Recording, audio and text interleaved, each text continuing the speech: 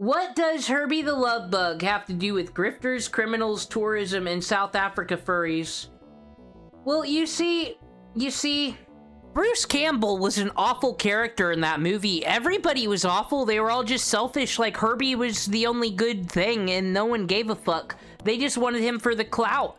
Douglas, the original racer, is like, oh my god, it's Herbie. And then he's like, okay, I'm over it. I remembered I hated this fucking car. That's why I threw it out. That was the subtext I got. Anyway, Legos. This story has gone from a YouTuber trying to retrieve an old man's Lego collection that was stolen by a Bricks and Minifigs franchise into revealing what seems to be a Mormon mafia covering for the store owner. The police continually harass the YouTuber Reckless Ben for exposing the story to the world. They've swatted him, arrested him multiple times. The main kid had his phone recording, so I shut it off. When he says shutting off the phone, he's referring to assaulting Ben, twisting his arm back, dislocating his collarbone. No. Hey, though, Ben forgives this. He says his collarbone would have got twisted no matter what that day. Don't move like that. You understand me? Don't move like that. The department has put out official...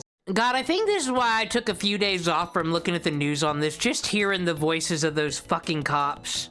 Oh, God, I'm just, just them trying to roll on fucking tough, thinking they're somebody.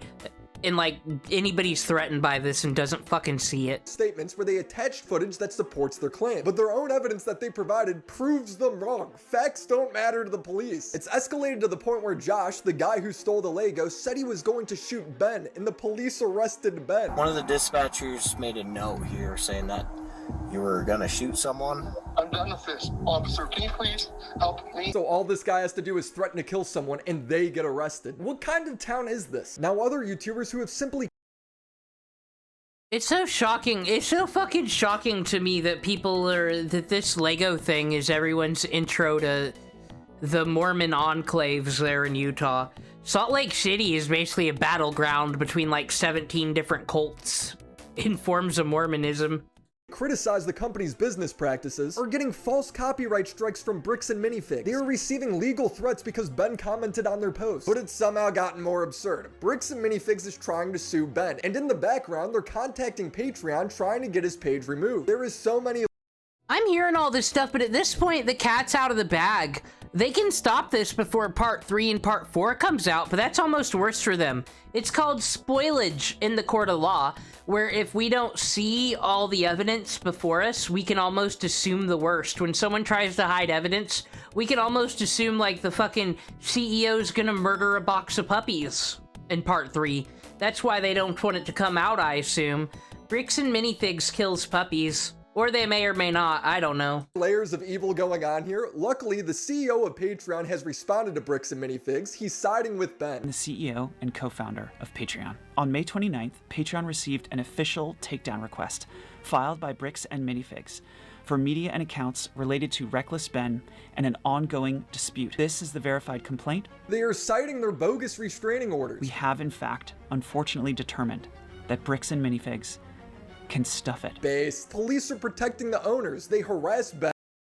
See, and at that point when Patreon, which is a corporation the same as you, because the safe thing to do as a corporation would be like, it's internet stuff.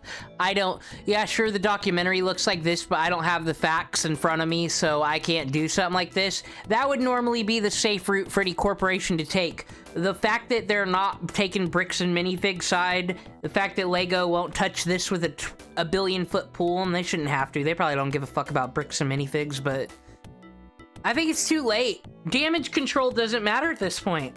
And falsely arrested him multiple times simply because Eamon, the CEO, asks them to. There's got to be something to arrest them and send a message to them. I'm in agreement with you. The police then post a warrant with no description for Ben's arrest and no ability to post bail. So Ben has no choice but to flee to Mexico. Well, I'm in Mexico now, and the American police have no authority here. The Lego racket made a man flee the country. This story is moving a million miles.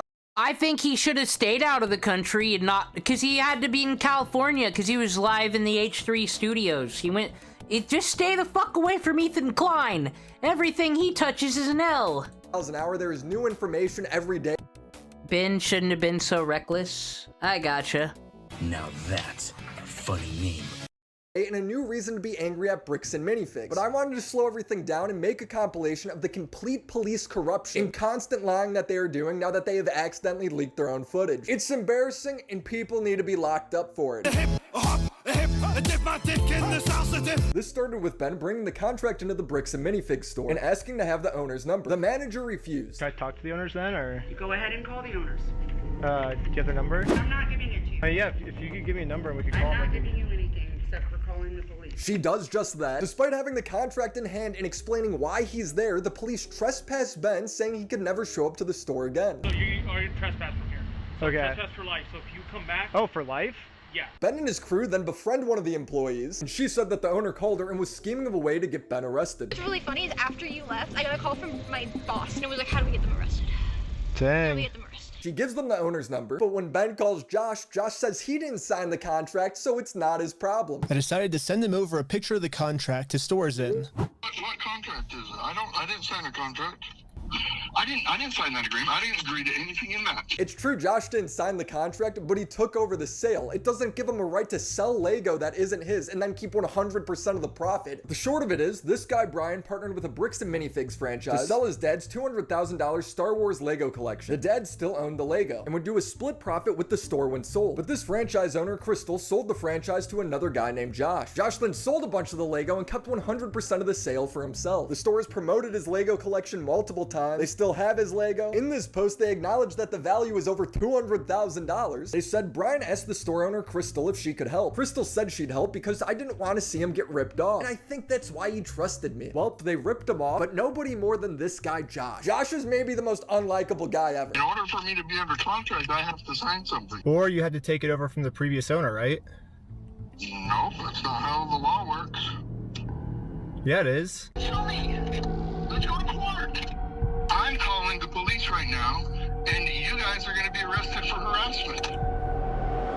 If you have nothing to hide, like I said, it's like just the audacity to act like such a victim when there's never once was a gun pointed at you or fucking threats made. Like, this is cool. They might pull off some legal loophole or some bullshit, right? But at the end of the day, everyone will know they're big pussies. They can't do anything to get rid of that rep. Or do you feel threatened right now? Yeah. Ben is trying to settle a contract dispute worth over $200,000, and he's doing this by trying to reach out over the phone. It's a pretty reasonable way to go about things, but Josh doesn't engage. Instead, he weaponizes the police again. In other phone calls, you could tell Josh knows he stole the Legos. He just doesn't care. Definitions of whether it's stolen or not, I don't think. No, anyways, it's not stolen. Why do we care about that? Well, who cares whether it was stolen or not? Josh admits he stole a bunch of Brian's Lego. He just doesn't care. He's completely aware of what he's doing. When Brian first came in, we identified anything that was on that list that would have been his that Amanda didn't sell, and we set it aside. And it's still sitting there. We're happy to give you your stuff back. I just don't want any more damage to the store. He's like, yeah, I stole it, but if you guys want it back, you gotta do stuff for me. This is what I need done. I need a written apology from Brian. I need all the negative comments taken off.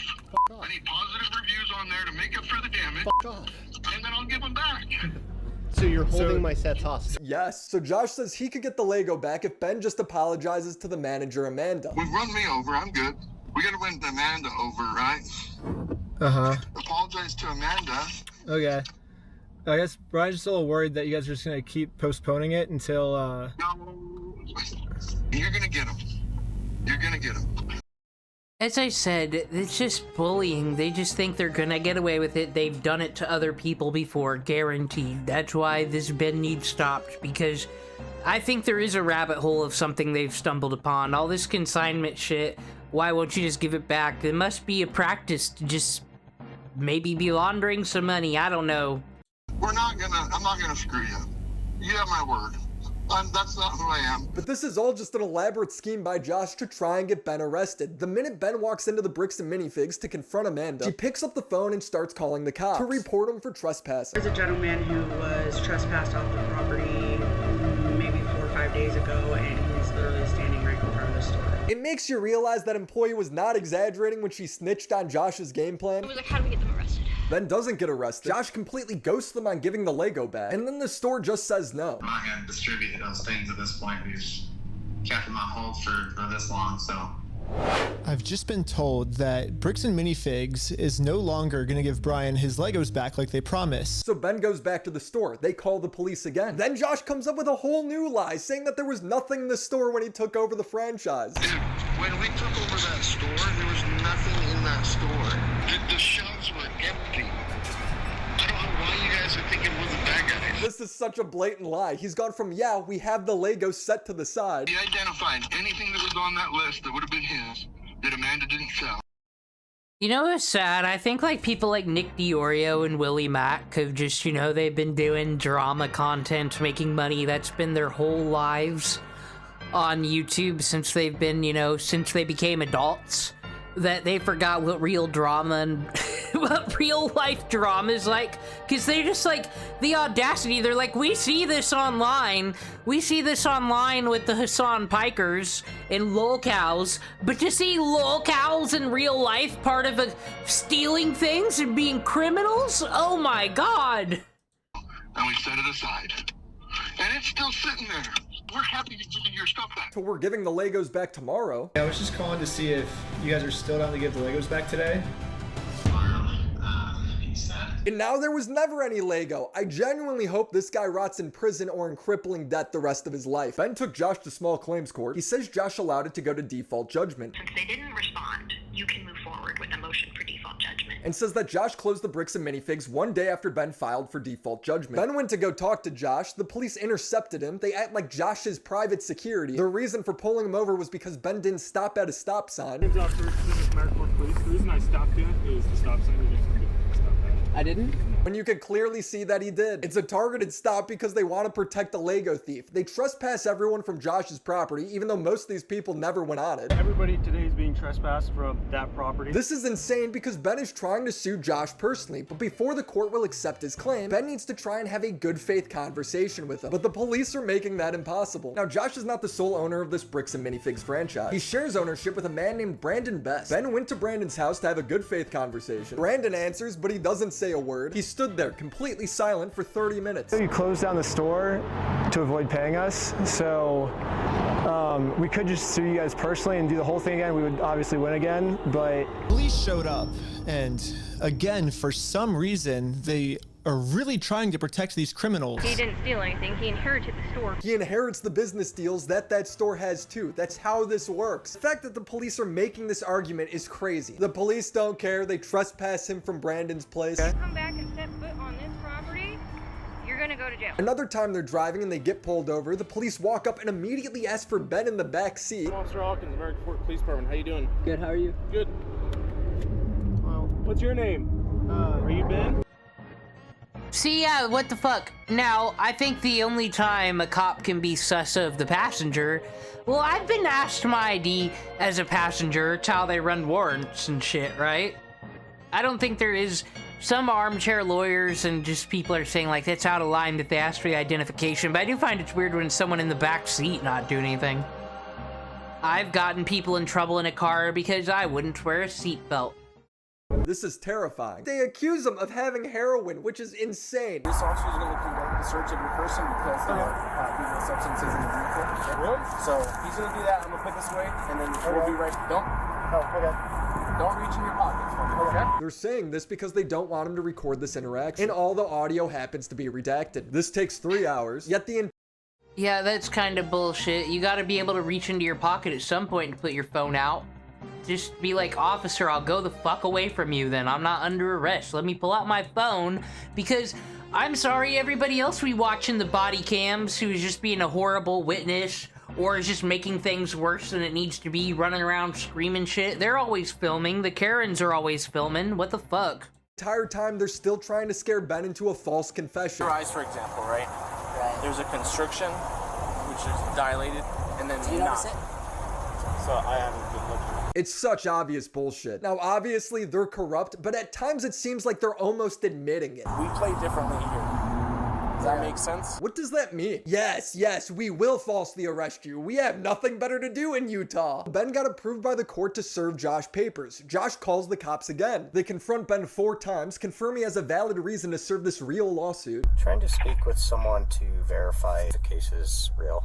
Yeah, Yeah, looks like a real small claims case in our court. And they arrest Ben anyway. Find you back. Am I being arrested? You're under arrest right now. So Ben at this point pretty much gives up. He starts a GoFundMe for Brian so he could get some money out of this because he just can't get the Lego. There is too much corruption. Josh, Brandon, Bricks, and Minifigs, they win. But luckily for Brian, the GoFundMe passed over $400,000. It would be a bittersweet ending, but these monsters don't stop. They arrest Ben and his crew again. When you look at the body cam footage, you can see that the police are trying to come up with any technicality to justify jail time. Look at your stalking code. See if it's that. If it's not, we're going to look at disorderly. If it's not disorderly, then we're going to look at the city ordinance. I actually, though, yeah, they better look at the ordinances, and there wasn't any. I do think hanging up mean signs about people, maybe they should make like a mini defamation rule like that.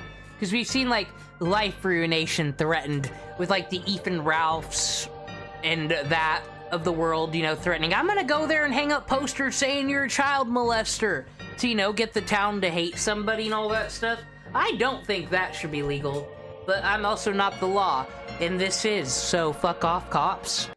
Is it an occasional crime? Is it disorderly conduct? Why? Is he upset about it? I mean, I guess, but that's not. This footage is the police trying to find a way to arrest Ben and his friends because Josh is upset. Does Josh have blackmail on these cops? Does he have their nudes? This is nuts. And what makes it worse is the other two officers in this clip have their audio illegally redacted. We only have this conversation because they forgot to redact it from this officer. All the redactions are done pursuant to the Utah State Code. We don't redact things just because we feel like it or... The police are trying to hide their motive for arresting Ben. It's because Josh is upset. Ben called the police station to ask about this. The lady on the phone is just lying. It seems like there might be a lot of stuff like that got redacted, maybe to protect the police officers, not to protect the victims, if that makes sense. And so... yeah, we don't do that. So, like I said, anything that's redacted is pursuant to Utah State Code. I can tell because when I sync the two clips together, I'm actually able to see that that's what the redaction was. Okay, well, that didn't happen. She's not even remotely interested to try and find out what he's talking about. She'd rather just sit here and baselessly call Ben a liar. In fact, she confirms that she's the one doing the redaction. That definitely didn't happen? No, I don't do that, Ben. I follow the Utah State Code. I don't do that, Ben. Ben, you're going too far. Will not be okay, Ben, if you keep it up. Stop, please. Like I just said. Cool, so the whole station's in on it. The police then arrest everybody for promoting the GoFundMe. And then they SWAT Ben's house, arresting everybody there. Police Department, make yourself known. The search warrant was because they were told that Ben stole the Legos. Included in the warrant are Legos. And who said that they were falsely going to make this accusation just days before? Josh. Fuck you, man. You stole them, bitch. I stole the Legos? Yeah, you're a fucking thief. Dang. Okay? Okay. You can shut the fuck up. That's your fucking choice. He's so angry, he's out of breath. No. Once more, there's the audio from the quote-unquote victims in the Bricks and Minifig side, threatening, saying, then fucking do it, bitch! Look how professional everybody at this company is, huh? Don't move like that. You understand me? Don't move like that. The officers rough up Ben, dislocating his shoulder, even though he was complying and walking out calmly. The warrant says it's about stolen Legos. Think about it. So the police will SWAT Ben and arrest everybody there over an accusation that has zero evidence. But when there's an actual contract proving Legos are being stolen, you could find those exact Legos in the store. The cops do nothing. They trespass Ben and Brian instead. They throw up their hands. That's actually a civil dispute. Even lawyers acknowledge how it's kind of bullshit. Because too often police just default to, it's just a civil matter and then head out. Let's imagine a contractor takes your $10,000 deposit, does zero work and vanishes. Is that civil? Someone borrows your car and they keep it. Civil? A lot of time police will tell you so, but they are flat wrong. Taking someone's property, knowing it isn't yours, that's called theft. And the line between a civil dispute and a crime really comes down to one thing, and that's intent. And figuring that out, whether there is this intent, requires police work, like looking at documents, conducting interviews, deciding who's telling the truth. So if a police... So basically the argument is police are lazy. I buy it. Officer ever waves you off and says, look, that's civil. Ask them how they know. Because a lot of the time, they're not sure and they're just making it up. Does it seem like the police have looked into this at all? Obviously they haven't. They take everyone to jail. Ben was released on bail again. But when he makes it home, he finds out he has another warrant out for him again, this time without the ability to post bail. Someone showed up at my house today saying that there was a warrant out for my arrest. If that warrant says a no bail, those those are the ones that are more serious. He doesn't even know what his crime is, so his only option is to rot in jail until his hearing. Chud the Builder has bail, and that man is charged with attempted murder. So Ben flees to Mexico until he can get legal representation. I'm in Mexico now. They're never gonna catch me here. During this time, the American Fork Police Department uploaded a video giving their side of the story. And if anything, it just farther shows how incompetent they are. They can't even set up a camera on a tripod correctly. It's crooked. The audio isn't set up right either. His volume is way too low, but on top of it, the guy's speaking very softly. It just sounds like he's whispering in my ear. On March 8th, 2026, an American... Huh? I can't hear you. Somebody... Yeah, even other videos put you have to turn this volume up 20 dB to even fucking hear it. At the station watched this and said, yep, this is good. Let's upload it. Any audio you hear from them is because I had to boost it. But I got one more question. Where is this guy recording from? Is he standing in the void? Did he follow Squidward to the future? Like, really? You guys are this stupid? You can't even set up a Zoom call and record it that way? The context they provide is baffling. Like, sometimes the cop outright lies. He says Ben was pulled over because he blew through a stop sign. Richardson initiated a traffic stop on the vehicle for failing to stop before the stop line at a stop sign, and failing to stop completely at that stop sign. But in the description of their own YouTube video, they provide the footage of the traffic stop, and you could see that Ben fully stopped. You can also see that the officer named Ben. He knew Ben was in that car long before Ben identified himself. So who's Ben? The police are targeting Ben, there's no doubt about it. They justify the search for heroin. Immediately after this, the police say they arrested Ben because Josh threatened to shoot him. Shortly afterward, Joshua Johnson contacted police and reported he was going to shoot someone as a result of the ongoing harassment. Yeah, this makes no fucking sense. Looking back. Why would you even say this? And once again, I believe Josh redacted everything like a bitch, so it's all irrelevant.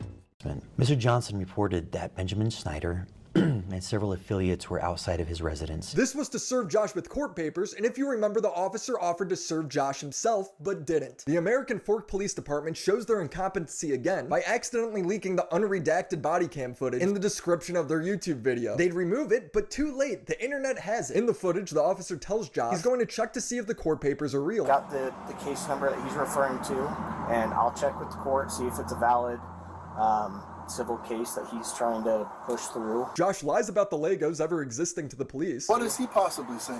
He's saying that he had $200,000 worth of Star Wars Legos. He didn't. No, he did not. Right. Never had that. So officer. The officer calls the court. They tell him that it's a real case. Speak with someone to verify the case is real. Yeah, looks like a real small claims case. So the officer knows this is real. He told Ben he'd serve them to Josh. Josh even asked to see them. And the officer chooses to protect Josh. Go talk with him. Give him his paper back, since you do not want this. Can I just peek at it? What was that? Can I peek at it? It kind of puts me in a little bit All of a right, bind. it's fake. The officer literally knows It's fake, because I don't want it to be real.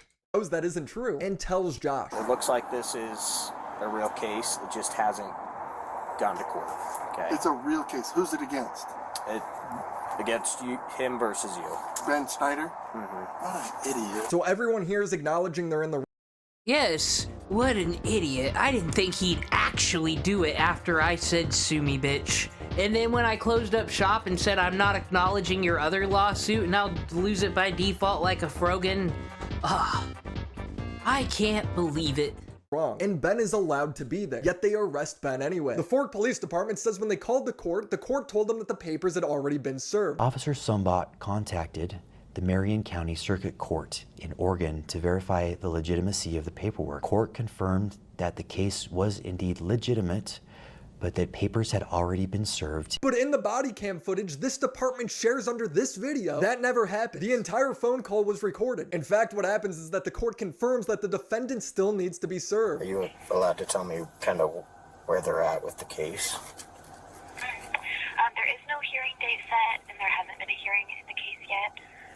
All I see is the claim that was filed. I don't see proof of service or anything. Okay, so the defendant needs to be served with papers before the case will, I guess, start. The very evidence that the police department is providing proves them wrong, and they are still choosing to lie. The rest of the video is the police justifying, harassing, and arresting the group due to them stalking Josh. The police are trying to make the argument that serving somebody is stalking. So what? Can nobody ever be served again? The police end this video by saying that they are not picking sides in this story. Nothing in the actions taken by the American Fork Police Department should be interpreted as validating, supporting, or defending anyone involved in that separate civil or criminal dispute. But all you guys have done is criminally investigate and harass Ben. This entire video is you guys lying. Your own footage proves you guys wrong and shows you repeatedly taking Josh and Eamon at their word while treating Ben like a criminal. For fuck's sake, the cops are on camera admitting that they're just trying to scare Ben into leaving town. Good with these guys being able to drive? Yeah, I think so. I didn't see anything clear as day with Tyler that I noticed. What's the goal of... Right now? Yeah, I was gonna scare him a little bit and let him go is all I really was gonna do. We have... Ooh, I haven't even seen this stuff yet. I didn't even see this clip yet. What the fuck? Charges, or are we just tired of them being annoying? Now, like I said, some of the police audio leaked and it shows what we already know. It's the police coddling Josh even though he's unhinged. One of the dispatchers made a note here saying that you were gonna shoot someone. I'm done with this. Officer, can you please help me and my family and make this stop? Yeah. Bunch of pussies. Yeah, just let me put up the bulletin board. Like I said, my problem with this is why I think a cop leaked this. It doesn't matter if we're being corrupt, dirty, stealing from drug dealers, whatever today, I guess. It's like, I'm not putting my job on the line or my cushy setup I got with the police department for Josh's fucking Lego store. I'm sorry, even if I was in the Mormon cult, no one else is worth this bother. Absolutely. I love you. I love you. Oh, there we go. I love you. What the footage also uncovers is why the police were rough with Ben. It's because they didn't want him filming. Hey, they're probably going to be quick to film.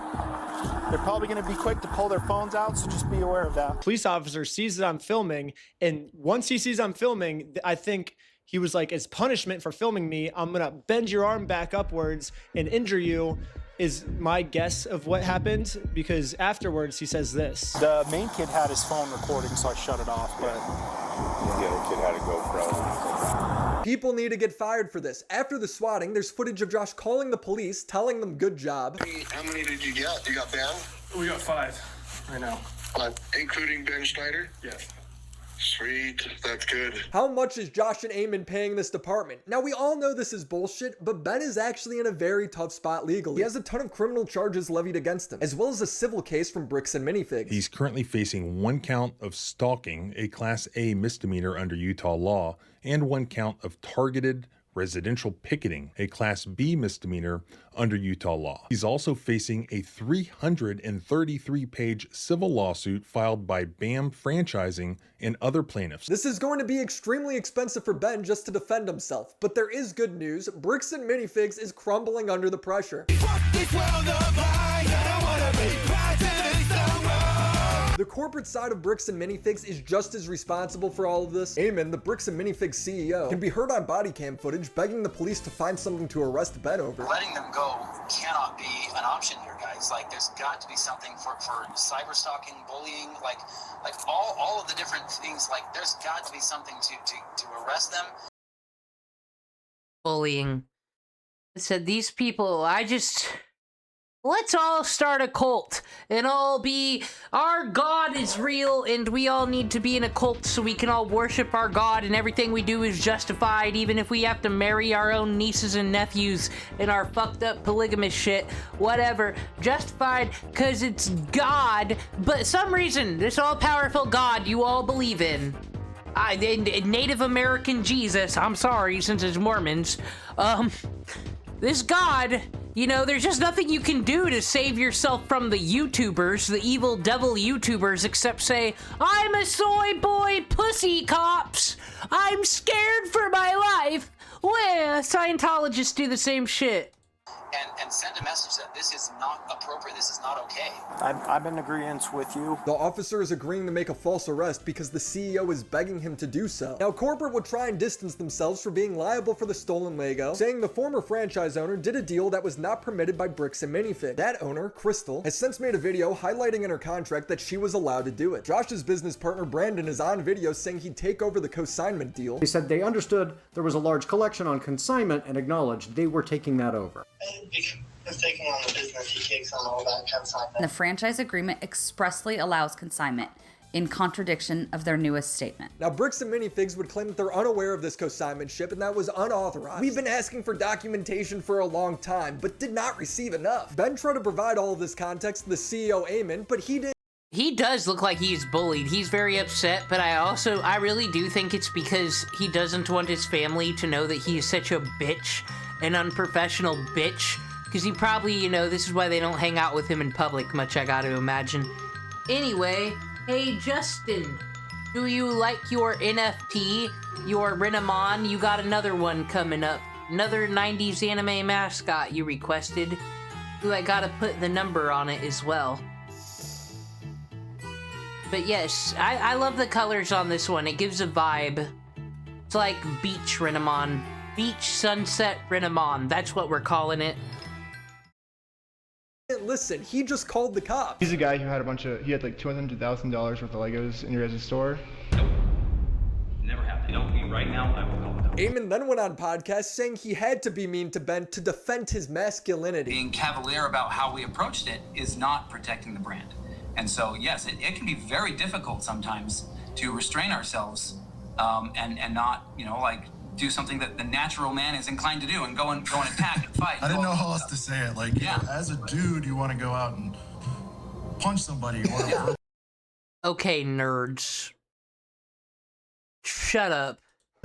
Whatever it is. We just wanted to punch Ben so hard, but we had to stop ourselves from just punching Ben. We stole this old man's Legos, and we really wanted to punch him on top of it. Whether this consignment was done the right way under Bricks and Minifigs or not really doesn't matter to me, because it doesn't matter to Brian. If you sell his Lego and keep 100% of the profit, that's stealing. It really is that simple. This story is blown up. It's all over the news now. Bricks and Minifigs says they're permanently closing the Salem location and parting ways with Josh and Brandon. But not because Josh and Brandon did anything wrong, but because of a devastating social media campaign. So they aren't acknowledging that they did anything wrong. I repeat, this company is run by scumbags. They say that they are willing to drop the civil case against Brian, and they'll pay him $90,000 or $100,000 because they think the $200,000 estimate is inaccurate. What a bunch of cheapskates. At the bottom of their statement, they cite how Brian has raised over $350,000 on GoFundMe, as if that means they don't need to pay him anymore. He's only getting that money because you guys suck and are trying to screw him. Hold on, let me get this straight. Yeah, from the way I heard it was supposed to work is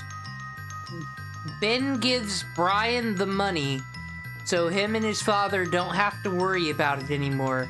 They get the money and then they are now Ben's Legos. They were sold to Ben. Therefore, Ben is fighting them and the family is out of it and doesn't have to anymore. But I don't know what's going on now. Right, in Bricks and Minifigs' own statement, they are admitting that Brian's Legos were being sold without him receiving any money, which is stealing, and that some of the Legos are still in the store. Then why are you still suing Ben, who uncovered all of this? The only reason you guys are acknowledging any wrongdoing is because of Ben. They've now devolved to threatening YouTubers who simply talk to Ben. This is MGS Bricks. He made a video going into Bricks and Minifigs and seeing the value of his rare Lego collection. He noticed that after getting it evaluated, that the most expensive Lego from his collection was missing, meaning that the employee either forgot to give it back to him or he stole it. Did they take it? Did they just steal? Did they just steal things? They go back in the store to get the piece. The guy saltily says it's fake, even though it isn't, before giving it back. With him, was there like a gold one in there? A C-3PO?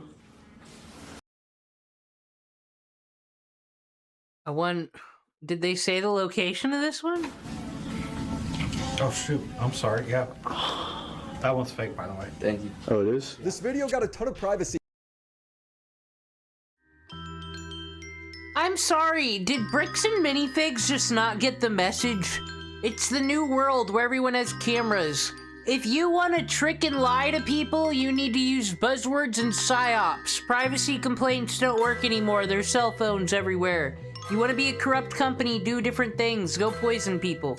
Complaints, but it stayed up. And then Bricks and Minifigs filed a copyright complaint taking the video down, which filming in a used toy store does not infringe on copyright. They are abusing the system. They then emailed the YouTuber saying they watched his video and that the employee accused of stealing simply made a mistake. They then low-key threatened to sue him for defamation, saying we do want to be clear that while we are open to engaging constructively, we also take seriously our responsibility to protect our brand, our franchisees and employees from misleading narratives. This is them admitting to abusing YouTube's copyright system. Ben then drops cops' video. This guy compliments Ben. Bricks and Minifigs then emails him again, threatening him. They said, please consider this email a former notice, not to involve yourself, your platform, or your audience in any campaign or collaboration involving reckless Ben. So now this used Lego company is trying to control who YouTubers can talk to. They continue, we are not asking you to take our side. We are giving you a simple warning not to make yourself a part of it. You may not be treated as a neutral observer or commenter. You could expose yourself to civil or potential criminal implication. They then advise him to speak to a lawyer. Is this your guys' plan? Are you gonna sue every YouTuber? Are you gonna call the cops on him next? The Lego Mafia is real, man. Your apology sucks, you're cheap, your CEO's a tool. I hope you go out of business. Ben is currently making a part 3, and I hope everyone keeps their foot on the gas when it comes to this story, because the only thing getting results is public pressure. This story has united the internet in a way that I have not seen before, and I hope it stays that way, because Ben is going to need all the help he can get with the police department.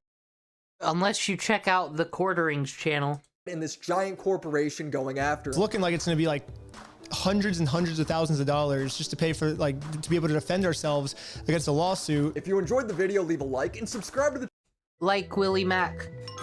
So this was before we were promised a part 3. I don't know if we're getting it because, whoa. Finally finished after crazy all night. This poor kid. Episode 3 is finally finished after crazy all-nighters and basically destroying my health. But I can't post it or I will go to jail. Not only that, I will also immediately lose my lawsuit of $300,000, and the GoFundMe we made for Brian will go straight to this mystery company that I am no longer allowed to talk about. They sent court papers to my email, which I guess a judge approved for them that this was a valid form of service. And so now that I'm officially served, I cannot even mention this company or I will be in jail and everything. Normally I would be like, screw the big guy telling me what to do. I'm gonna do what's morally right.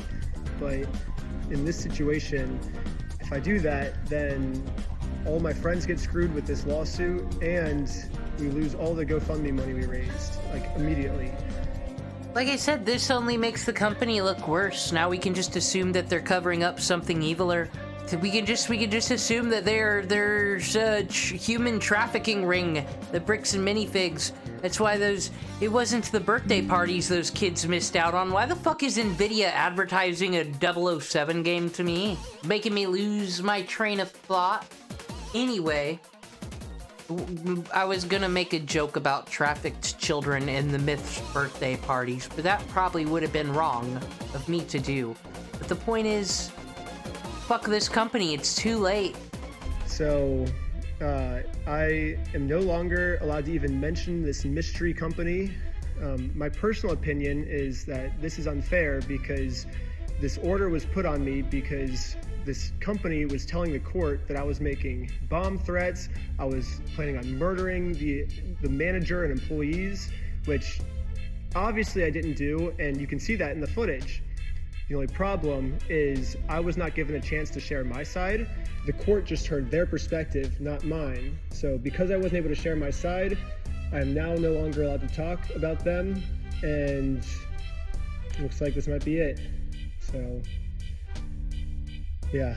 All right, and then we've got another video from WillyMac that just came out not that long ago that'll catch us all up. This one's only 8 minutes long.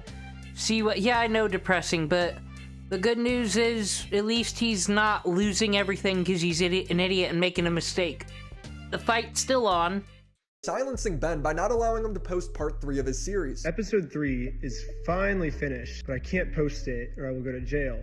And not only that, I will also immediately lose my lawsuit of $300,000, and the GoFundMe we made for Brian will go straight to this mystery company that I am no longer allowed to talk about. He's referring to Bricks and Minifigs filing a temporary restraining order against him and Brian Mansell, silencing them. The reasoning is that Bricks and Minifigs has faced irreputable damage to their business, calling Ben's video defamation. I find this absurd because Bricks and Minifigs at this point has essentially come clean to what Ben's accused them of. He accused them of stealing Brian's Lego collection, holding on to it, and selling it without paying him out. In Bricks and Minifigs' own statement, they claim that the previous franchise owner kept separate books and sold over $52,000 worth of Brian's Legos. It's been confirmed and so many ways that the store still has his Lego, and in that time almost certainly has sold some of it, and Brian has received none of that profit. So if you're admitting to it, how is it defamation? They're calling it extortion and pretty much explicitly say they're afraid of his content. They are panicking like this because their sales are reportedly down across the country. The scandal has impacted stores nationwide with many... This doesn't make it better. As we learned from all of our YouTube dramas when we start doing association drama, Mormons aren't a part of a billionaire soul contract like the Scientologists are. They got one life to live. Sometimes you gotta let motherfuckers drown once in a while. You know? I'd say just sell out all these people and be like, these were all terrible and they did bad business and we will fire them and piss on their grave. Like us again. And then they'll be the heroes. That's all they had to do. This is just worse. Reporting a dip in sales as a direct result. They're trying to hold Ben accountable for exposing their evil action. They're citing extortion, harassment, defamation, nuisance, interference, trespassing, which is interesting because most of these instances is Ben just trying to serve Josh or Ben going back to the store. Like you said, I bet Bricks and Minifigs supports the Stop Nick Shirley Act. Because Josh told him to. Well, run me over, I'm good. We gotta win Amanda over, right? Uh-huh. Apologize to Amanda. Okay. I'm not gonna screw you. You have my word. You give me permission to go into the store to apologize to her? To make peace? Sure, yeah. Okay. I'm just confused on why they would need a restraining order over anything Ben did. The worst thing I saw is that he hung up a sign on the store building twice. One of the times was when it was already shut down. If you just read through the restraining order just a little bit farther, it becomes very clear that they aren't afraid for their physical well-being. They're afraid of Ben's video coming out. They are requesting that Ben, his affiliates, friends, anyone working with him directly or indirectly, must immediately stop making death or bomb threats, which Ben has recorded every interaction he's had with Bricks and Minifigs. Why would he do that? Who believes this? And conveniently, this is what part 3 in Ben's series is supposed to debunk. Eamon said I was going to burn down the Bricks and Minifigs building and shoot everyone inside, so I got a extra extortion charge for that one. This Bricks and Minifigs company has non-stop been making fake bomb threats, fake fire threats, fake murder threats in my name that I'm going to murder them. The only problem is obviously these are all fake threats. I would never do something like that. I believe him because it would compromise everything he's been doing. On top of that, Josh has been documented multiple times making false accusations to the police. He falsely accused Ben of stealing the Lego because Ben was pressing him about it. Fuck you, man. You stole them, bitch. I stole the Legos? Yeah, you're a fucking thief. Dang. Okay? Okay. You can shut the fuck up. That's your fucking choice. He's so angry he's out of breath. Then Ben's Airbnb gets raided. Don't. I consider this as swatting because I don't give a fuck if this Airbnb person gets like an F, right? I hope to God Ben gave them a 1 out of fucking 10 snitching on your fucking guest to the police over goddamn Lego. And then once more, the audacity on the motherfucking police to have guns drawn in people's faces. Don't you dare move. This is a standoff over fucking Legos. No! Do you all not know how you look in a post-body cam world? You're just really thinking no one will ever fight you. My gosh. Move like that. You understand me? Don't move like that. And the warrant says it's for stolen Lego. When Ben and his friends are in police custody, body cam footage shows Josh calling the cops and saying they're doing a good job. How many did you get? You got Ben? We got 5 right now. Including Ben Schneider? Yes. Sweet. That's good. I love you. I love you. Oh, there we go. I love you. Look at those fucking feet. God, you should get those fucking toenails done. Jesus Christ. I'm a foot guy, but I'm Now, Ben never said this about him. not a Josh foot guy. This man has already been caught making false accusations to the police. I completely believe Ben when he says they've been doing it the whole time. The police think that these are real threats. So now the police from Los Angeles, from Utah, they're all working together now to catch me. There's leaked body cam footage of the cops talking about it. So he called me and he's just like, this guy's crazy. He's like making threats against us, my employees, our business, etc., etc. Ironically, the only person who threatened violence in this case was Josh, and the police took his side. Joshua Johnson contacted police and reported he was going to shoot someone. One of the dispatchers made a note here saying that you were gonna shoot someone. I'm done with this. Officer, can you please help me and my family and make this stop? So the video that's supposed to prove this narrative wrong can't come out until the temporary restraining order is lifted. But people have got to have this video because it was on the Patreon the whole time part 2 was out, so there's got to be people with it. I think the High Seas might have it. I'm gonna check I'm gonna check the high seas. Ben can't even name the company anymore. Now that I'm officially served, I cannot even mention this company or I will be in jail and everything. I really hope that Ben got this video approved by his lawyer before posting it. The restraining order also prevents Ben from posting or publishing any contact information, docs information of any of the Bricks and Minifigs franchises or employees. He can't film or go within 1,000 yards of any franchise location. He can't hang any signs like he did in his first video or interfere with customers. He can't send any of his undercover agents, do another raffle, or post anything. And this will remain in effect until his preliminary injunction hearing on June 30th. Now, to be clear, what I'm reading was proposed, but it seems like this was either approved or something very similar was sent to Ben. Ben said he's thought about ignoring the court orders. That would not Well, I can't find it on the Pirate Bay. So dang. be smart. Normally I would be like, screw the big guy telling me what to do. I'm gonna do what's morally right. But in this situation, if I do that, then all my friends get screwed with this lawsuit and we lose all the GoFundMe money we raised. Bricks and Minifigs is doing everything in their power to keep them silent and protect their brand's reputation. To me, it looks like the company is lashing out legally because they don't like that Ben called them out. And now they're just trying to make it a lose-lose for everybody involved. The court just heard their perspective, not mine. So because I wasn't able to share my side, I am now no longer allowed to talk about them, and looks like this might be it. How depressing. Now, I love Ben, I love his content, but like most of us, he's not legally literate. I just wish he ran his stunts by a lawyer before he executed them. He'd be in a lot safer position legally. He called the police saying that I went inside the company and said that I was going to burn the whole place down and shoot everyone inside if he didn't give the Legos back. And now I'm facing a second-degree felony or a Class B felony for that and 20 years in jail for that statement. If this guy got 20 years in jail, we can just like, can we please beg the federal government just to be done with the whole Utah Mormon thing? Like, I'm sorry, is this not what our federal government is to do? Is to have a top level above the state to fucking check the state? I just don't understand how these groups get this much fucking power. For you've absolutely for fucking sure never made. I sent the police the whole raw footage. Yeah. And they're still sending me. I'm sorry, isn't that evil Donald Trump with his base of evil white Christians supposed to be getting rid of all the non-Christians and making, I don't know, throwing LGBT into a wood chipper or something horrible like that? Why aren't they doing anything about the Mormons? Are they going after them last? Court, even after they watched the whole footage of me not making that claim. You need a lawyer, bro. You never had a lawyer throughout all this? Because the whole time I was thinking, like, this guy needs a fucking no, I sent lawyer. the police the raw footage of the whole conversation. They don't give a You need a good-ass lawyer. But it's like the police don't care about the... If anybody knows about lawsuits, Reckless Ben, it's Ethan Klein. You should listen to him. Evidence, No, and they they just probably want to didn't look side at with it. the Mormons, Yeah, they probably didn't even look at it. And by the way, moving forward, making these videos, you need a lawyer.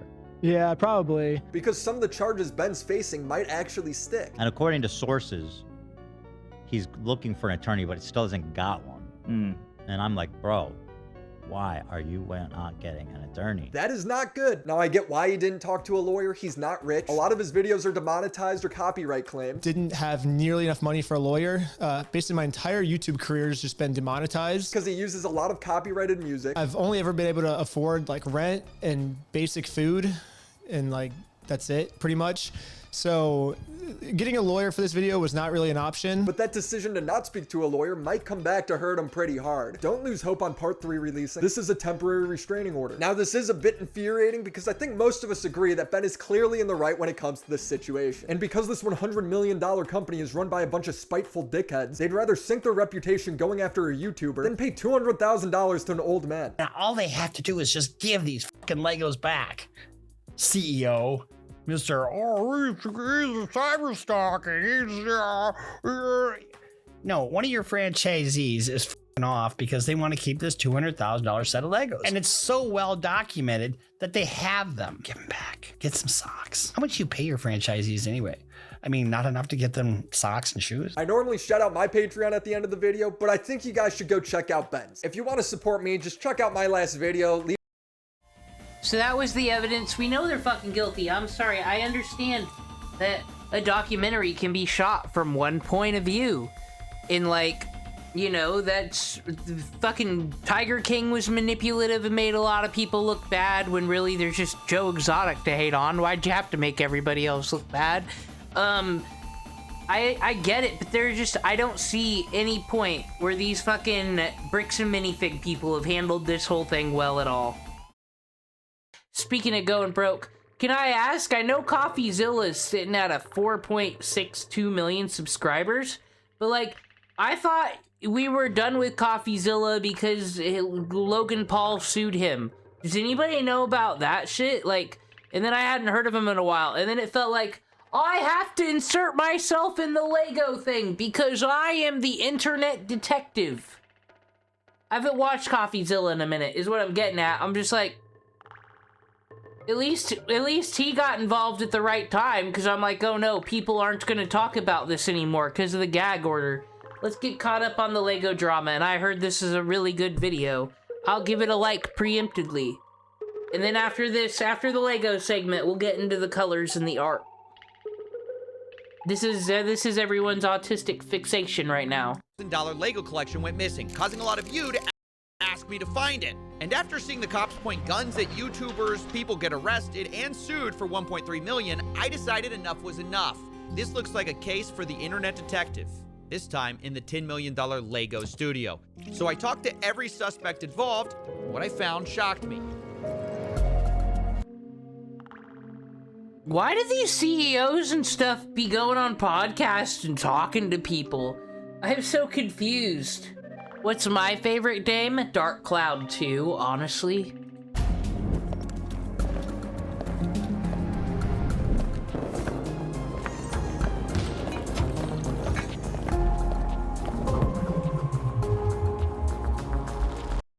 Did CoffeeZilla become a Silent Hill PlayStation protagonist? Okay, game related. We checked off all the boxes for this stream.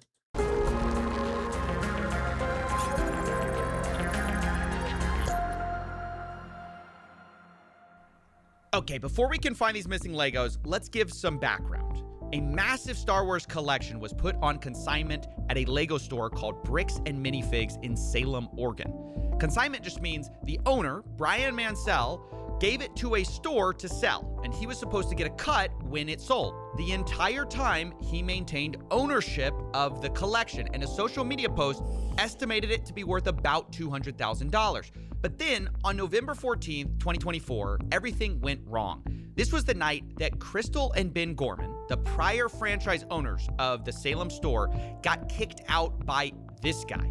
That is Brandon Best. He and his partner, Josh Johnson, ran a sister store in Eugene, Oregon. And Brandon drove up that night to kick the Gormans out. Brandon and Josh would be taking over the franchise in Salem. And this is the exact moment the Legos go missing. As that store is getting handed over, the question is, the mystery I need solved, folks. Does he really have a hot piping cup of coffee, and that's why he's CoffeeZilla when he starts the scam discoveries? Is it coffee brand coffee? What coffee does he have? Does he have his own brand? Or is this special effects? Is Brian's collection in it? Here's what the official Bricks and Minifigs press release reads. Quote, after taking over the store, we discovered a small number of sets valued between $2,000 to $5,000 that could be possibly related to Mr. Mansell's collection. But there's a problem here. There should be over 10 times that amount in this store, given their internal records and what we know the estimated value of this collection was. So if corporate's saying there was only $2,000 to $5,000 in the store, something happened to these Legos. But what? In order to solve this case, I've got another video from Crystal's husband, and I said I try to poke holes in things and try to find the errors. I almost think almost nothing here matters anymore. Those fucking cops need to, like, all get fired. That's all that needs to really come out of this at this point for me. But it'd be nice for this guy to get his Lego money back, for this GoFundMe thing to get resolved, and the GoFundMe keeps going down, going up. So confused. But this is what CoffeeZilla is good at, is just fucking looking at all the data. Yeah, go actually go in depth. Look at that inventory. Is he the mediator? They said third-party mediator, good faith to settle this, since Bricks and Minifigs at least did say they'll settle this with them. Let's think about the suspects. First, who was there that night of the handover? It's only 3 people. Crystal and Ben Gorman, the former franchise owners, and Brandon Best, one of the new... Oh, but the point is I got another video from him, because... Him? Crystal and Ben Gorman. Ben Gorman is suspect to me, because... I'm sorry, he is the attention-seeking user. He insulted his wife's appearance like 5 seconds into his video, which is, sorry, a red flag for me. And he makes everything about himself and his books. And they're doing the weird Antifa thing. Oh, I write books and Trump hates me for some reason because I'm piercing. So we gotta go move to Scotland. Oh man, other countries suck. Gotta move to Portland, Oregon. Aw, like, I can see this guy fucking stealing the Legos and selling them on eBay or something for, like, money to fund his book thing. That is the only hole I can see in this, and I really hope that is not fucking true. Reckless Ben do all this work, and then find out this guy did fuck with some shit, and this is all a smokescreen, so he can get away with it. The former franchise owners, and Brandon Best, one of the new owners. These are our 3 biggest suspects, but they aren't the only ones. I want to address a few other suspects at the very start here. First of all, maybe this is just all the result of, plain old thieves breaking in. What about that possibility? Hi, I am Chris. I was the previous franchise owner who signed.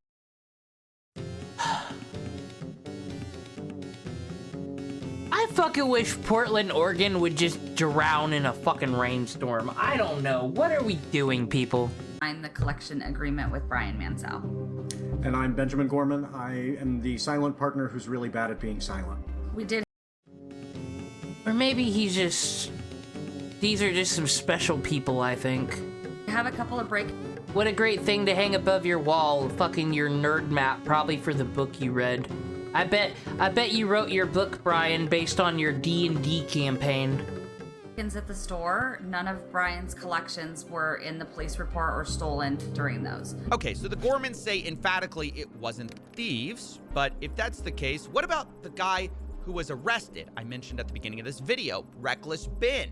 This is the YouTuber who started it all. With a documentary, I tracked down the thief who stole $200,000 of Lego. Maybe it's the perfect crime. Make a video tracking yourself. Now, for our theory, it's worth noting Ben is currently facing a RICO lawsuit by Bricks and Minifigs. He was even targeted with a search warrant for stolen Legos. Included in the warrant are Legos. The owner reported overhearing conversations about possible stolen Legos. And on top... I'm sorry, police. You have entered the court of public opinion and drama. You need to put out another response video and explain why the audio was so fucking low in that. They need to answer, and it better be there was a technical fucking glitch. There are people saying mean things about them. They're supposed to put out a response and take accountability. That's how it works on YouTube. On top of that, Reckless Ben was even accused of stealing the Legos by the current franchise owner. I stole the Legos? What do you think of the theory that it was Reckless Ben? He stole the Legos. It's absurd. We didn't even know Reckless Ben. He had no interaction, no relation to us, no relation to the store. That doesn't hold any water.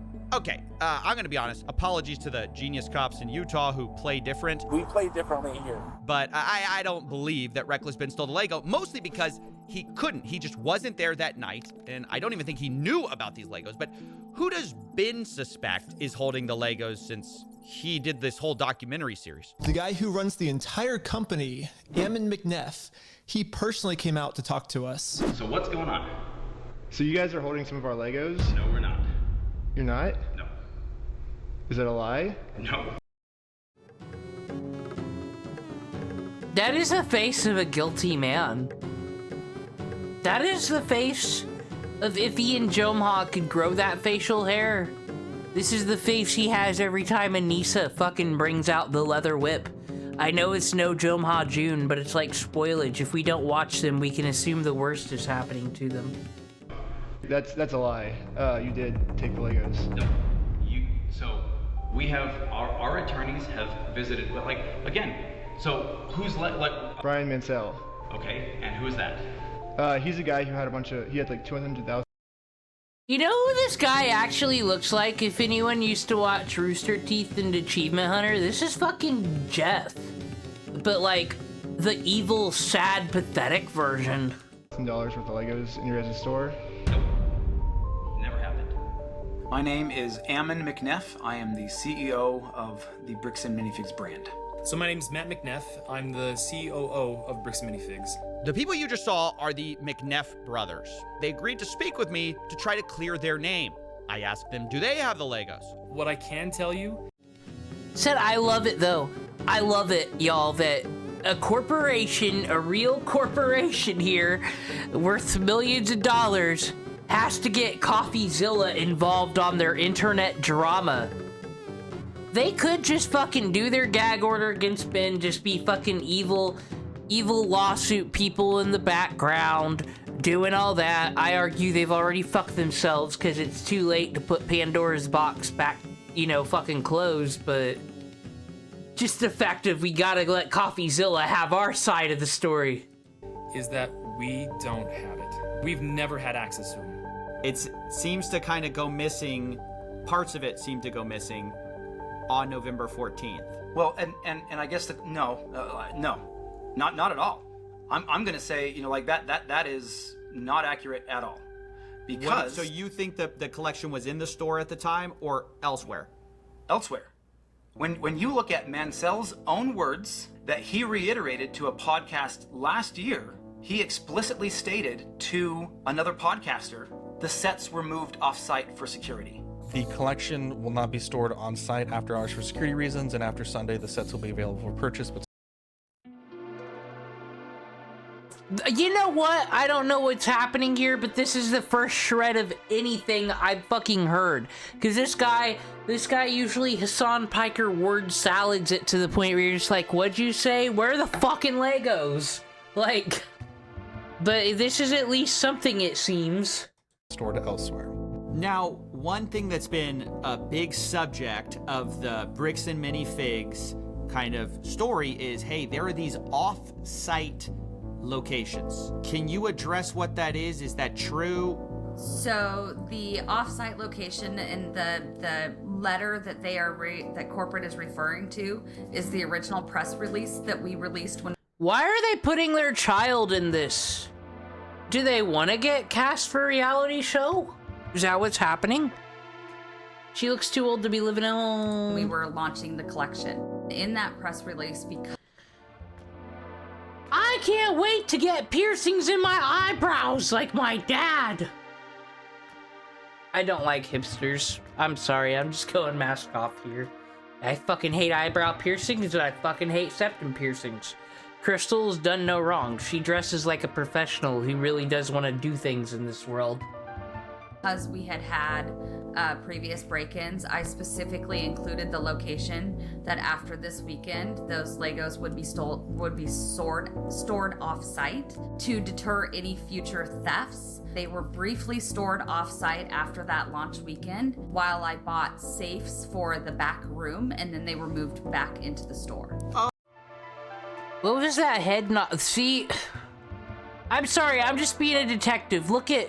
Okay, here she is telling her story, but look at the way he's fucking, like, glancing, and then he moves... God, I don't know why I'm this fucking obsessed about hating this fucking guy. I shouldn't, but...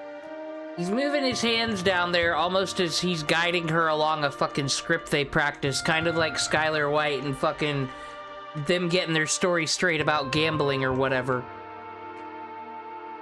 This is modern day fucking Skylar White and Walter White.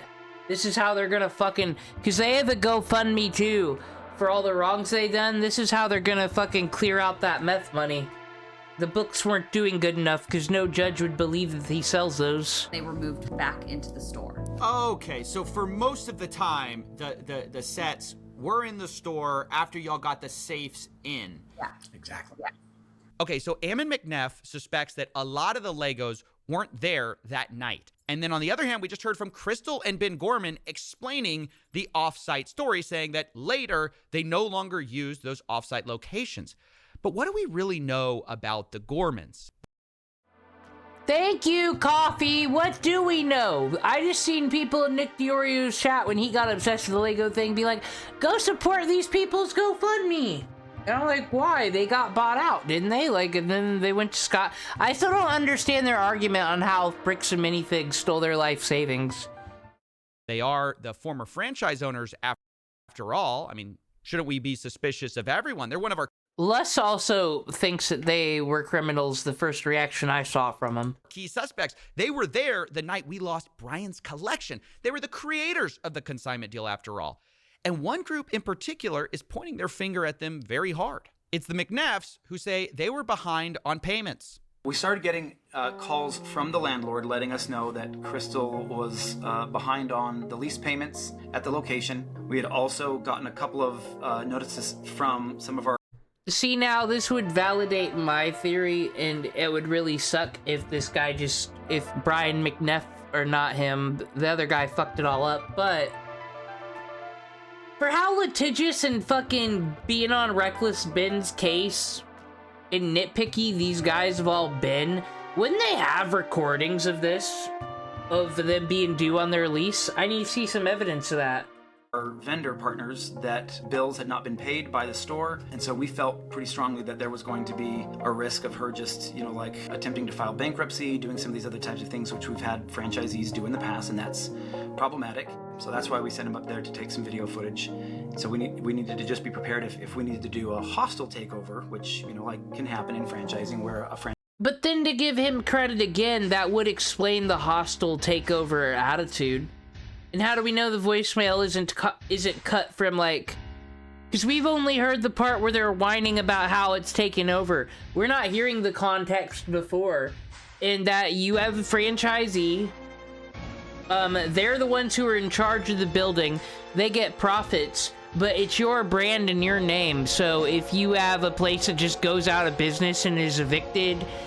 and it's a whole thing, and your fucking inventory is getting thrown on the curb because you have a crackhead as a franchisee that didn't pay the rent, it makes your company look bad. Not as bad as this stuff right here, but I could see why they'd come in with that attitude, because that was always a mystery, is why is this woman who's the owner of a store, who is just quitting, why are they treating her this way? This would kind of answer it, but like, this guy's... like I said, his credits run out on benefit of the doubt, but it is interesting. Franchise owner just, you know, kind of tries to steal inventory and do some different things that way. Okay, so Bricks and Minifig's story is that they were worried about the Gormans skipping town, so they sent Brandon Best as a secret shopper on October 24th, 2024. This is weeks before the takeover. Brandon takes a video of the store condition in preparation for this handover, but at this point, Brandon does not announce himself to Crystal Gorman. Later, though, on November 14th, once again, the same concern about the Gorman stealing or theft was expressed by the McNeffs. Brandon was trying to make sure that they weren't taking things from the store, and so he was kind of trying to make sure that he wasn't putting things, you know, like hiding things. Let's see, yeah, interesting, because Brandon's doing a reckless spin here. He's going in and recording stuff. Things in the back, and that he, like, and while he was watching that, was trying to make sure Ben wasn't grabbing stuff from the store and moving it or doing anything along those lines, because he just got a weird feeling about the whole transition. She took at least one, if not more than one, cartfuls of things out to her car with her coat draped over it. So yeah, the McNeffs say, look, they don't trust the Gormans, and they explained it, you know, even further. They said, hey, there's some issues in her past. She apparently has a retail theft and other criminal, like, arrests on her record that we were not aware of. When was that? I don't know. This has been brought out by several. Well, corporate L for you, sir. Why are you hiring criminals? Is the back... well, I mean, not hiring you. I mean, you, like, pay in to be a franchise owner. I don't know how it works here, but... background check, bro. Several people online now. Or does Joseph Smith not approve of that? Now, look, that's a huge accusation to bring up, and so obviously I wanted to talk to the Gormans about it. They're like, she has a history of some type of burglary, theft. Oh my God. Wow. Yeah, that's what they're Wow. Yeah. Oh. Well, yes. Well, You explain. know about this. Explain. Yeah, when I was 19 years old. How long? See, I'm sorry. Guys, am I just being a hater wanting to bully someone today? Or is he not scary? Like, and the fact that he always needs to be like, say it. You know what to say? Yeah. Like he said, it's just weird. And, you know, yeah, because a person who's been accused of stealing has never been offended by the accusation of stealing before. We never see that on many a body cam we watch. Years old. How long ago is that? I am 45 now. So this was in 1999. This, something that happened 25 years ago, has no reflection and no bearing on what happened in the last 2 years, my management of the store, what happened the night corporate seized the store. It is another deflection, and it infuriates me. You're gonna try to publicly embarrass and shame me for somebody that was manipulated by local police departments when she was pregnant and 19 years old? Fuck you. That's my response to that. I am so sorry. You're gonna have to blur and cut a lot of. Why does every bald guy feel they need facial hair to overcompensate, Dan? It's because they want to prove they don't have cancer. This, but that pisses me off. I own what I have done. I own the mistakes that I have made. You cannot intimidate and bully me into backing down when I know that legally and morally I am in the right and I have the evidence to back it up.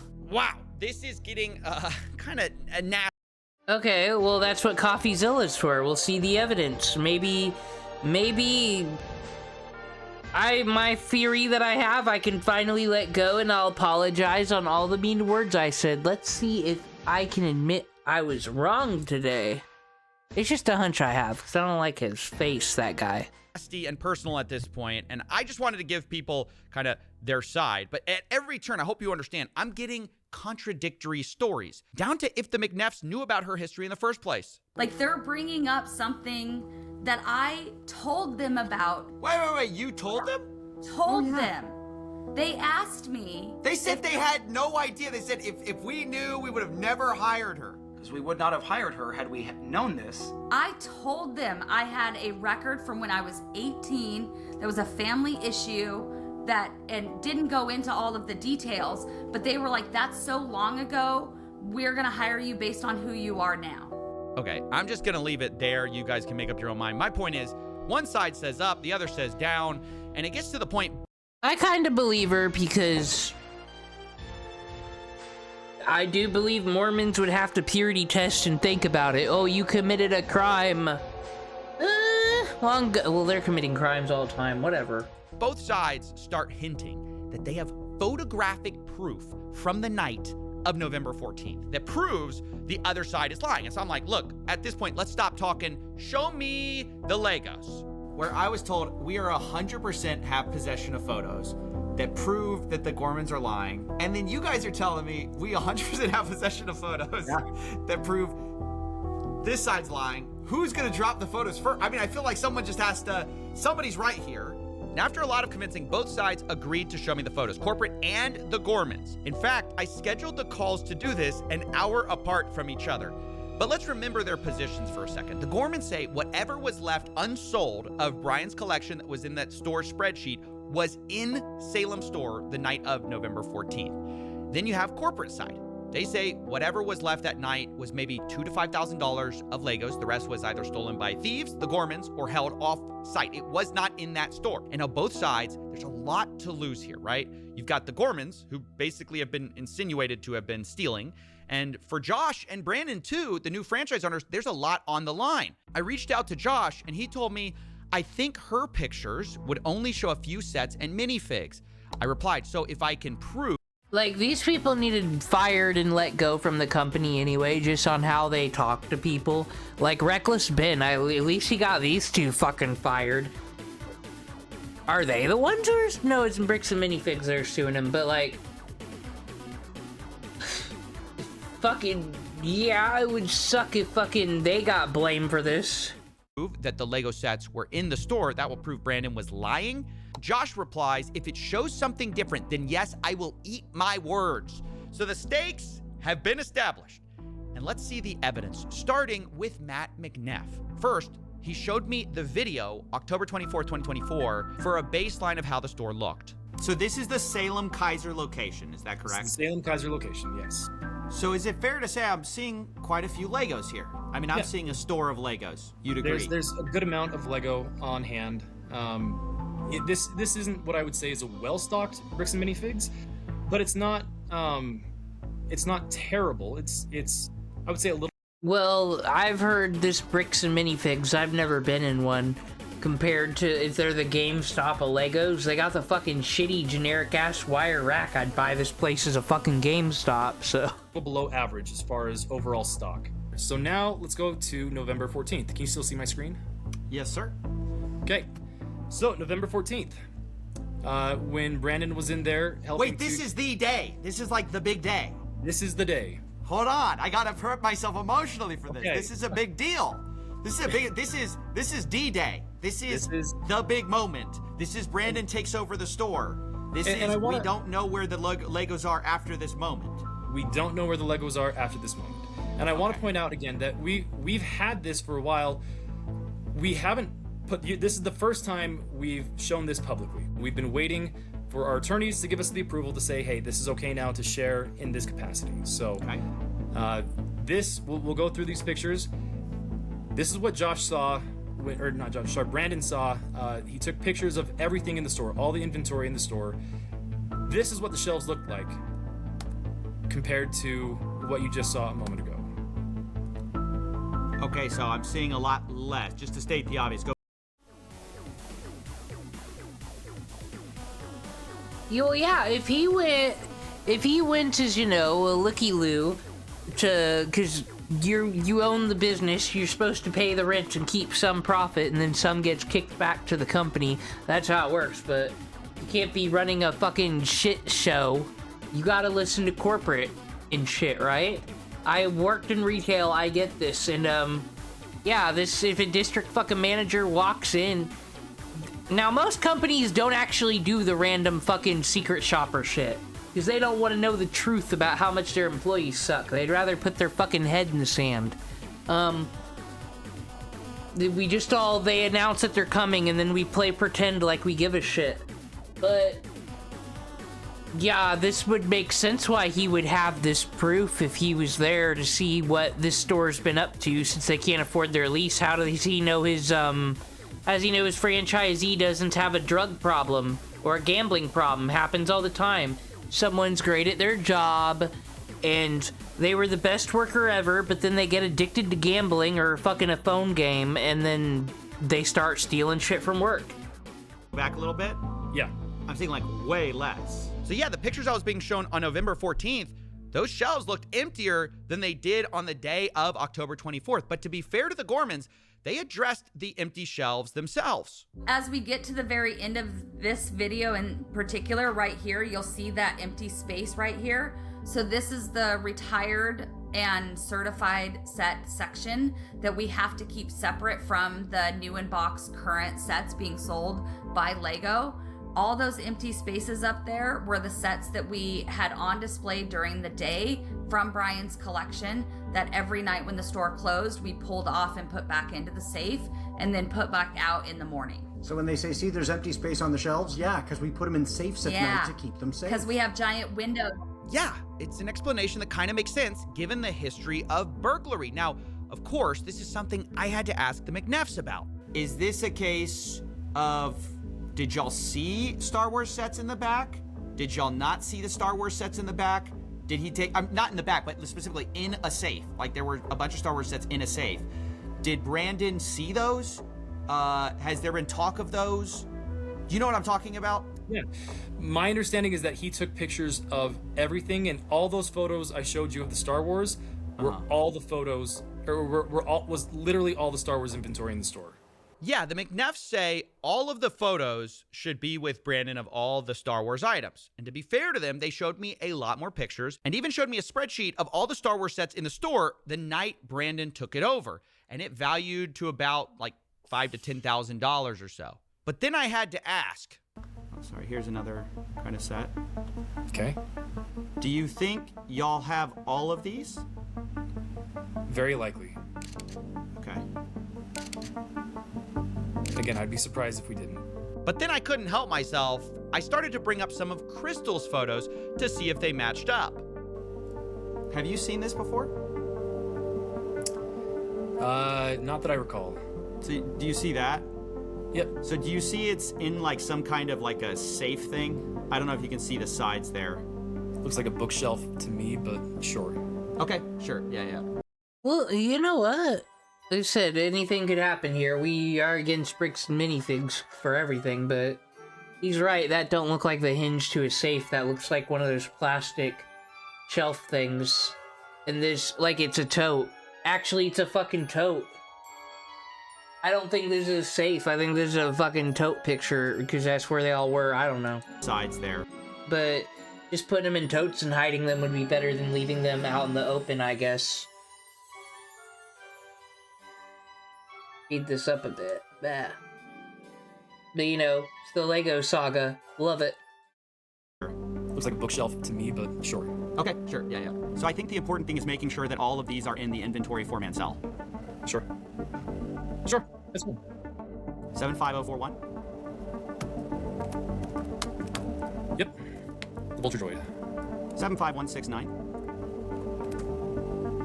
169 I'm not seeing, so there may be... Okay, so there's one that is not on our list. Let's try this. 10240. Okay, nope, not seeing that one either.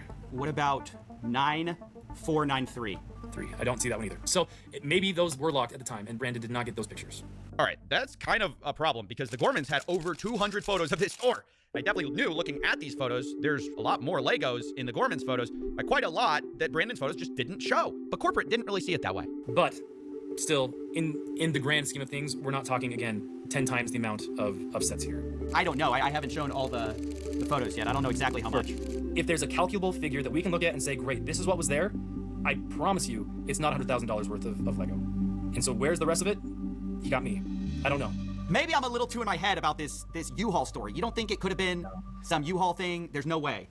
Oh, yeah, have we talked about the U-Haul yet? We gotta talk about the U-Haul for a second. This is another one of those things that was like really disputed between the two parties, was this U-Haul that supposedly was driven up to the store the night of the takeover. So when Brandon came to the store that night, he was driving a U-Haul truck. Now, in typical fashion, this was immediately disputed. Brandon showed up to the Salem store in a rental car.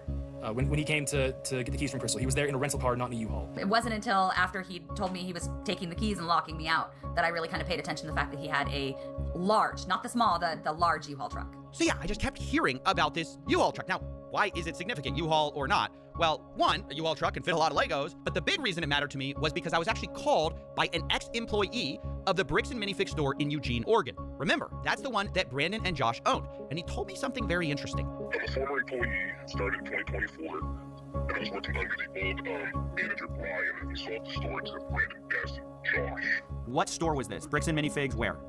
Eugene. Okay, now what did you see that made you want to talk to me? I saw Reckless Ben's YouTube video about the Salem store closing down because I was talking to my co-workers about the situation of Salem, and we were told through other employees that it was just a bad area to work in. It was like haunted, if you will, is what was going around. But after seeing the video of Reckless Ben, he exposed them, and it makes a lot more sense with what we dealt with Brandon and Josh. Like, oh, Crystal stole Lego sets and bolted out of the country. Who says that? Brandon Best told us. When he was trumping up all the Lego sets to us that night.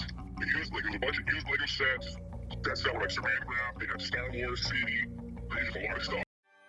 Yeah, that's the problem. They own other stores, and there's a whole network, so, like, he's just gonna move the stock. Like, when you're a GameStop, like, thing that has vintage stuff on consignment, yes, all these Legos in the box have their barcodes and serial codes, but, like, the fucking loose pieces don't. You can just take all that shit to another store. Who would give a fuck, you know? It was a medium-sized U-Haul truck. Wait, they brought a U-Haul truck. Yeah, from Salem to Eugene. And to Eugene, and it had a bunch of Star Wars sets on it?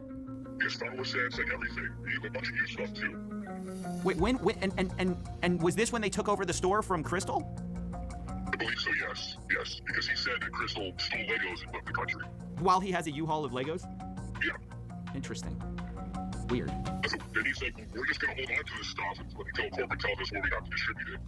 And we're like, oh, well, it makes more sense if we could take it because we're kind of struggling with, the product that's on the shelves. Oh my gosh. We really got to find out. Was there a U-Haul that night or not? Because everybody's disagreeing about it. This Eugene, Oregon guy says, oh yeah, a U-Haul showed up with Star Wars sets in it. Brandon was talking about the Salem store. You got Matt McNeff saying there was no U-Haul there. It was a rental car. You got Crystal saying, yeah, I thought it was really weird. There was a U-Haul truck there. So I told the McNeffs, I really got to find out what the truth is here. If you know anything about it, let me know, because that's just something I heard. I do, and it has nothing to do with the Salem store. Well, at least not the Salem store in the way that it is there. Brandon showed up to the Salem store in a rental car. When he came to get the keys from Crystal, he was there in a rental car, not in a U-Haul. So when there was the handoff, there wasn't a U-Haul, it was a rental car. Correct. He was there in a rental car. Got it. Yeah. Okay. And I think any of the, like, if you were to look at the footage, I don't think you'd need a U-Haul to move a whole bunch of Lego sets to another store to fill up their shelves. I bet you could fit a whole bunch of Legos in the back of a car, in the trunk. I bet you. The Ring cameras, all that stuff, you won't see a U-Haul sitting anywhere in the parking lot.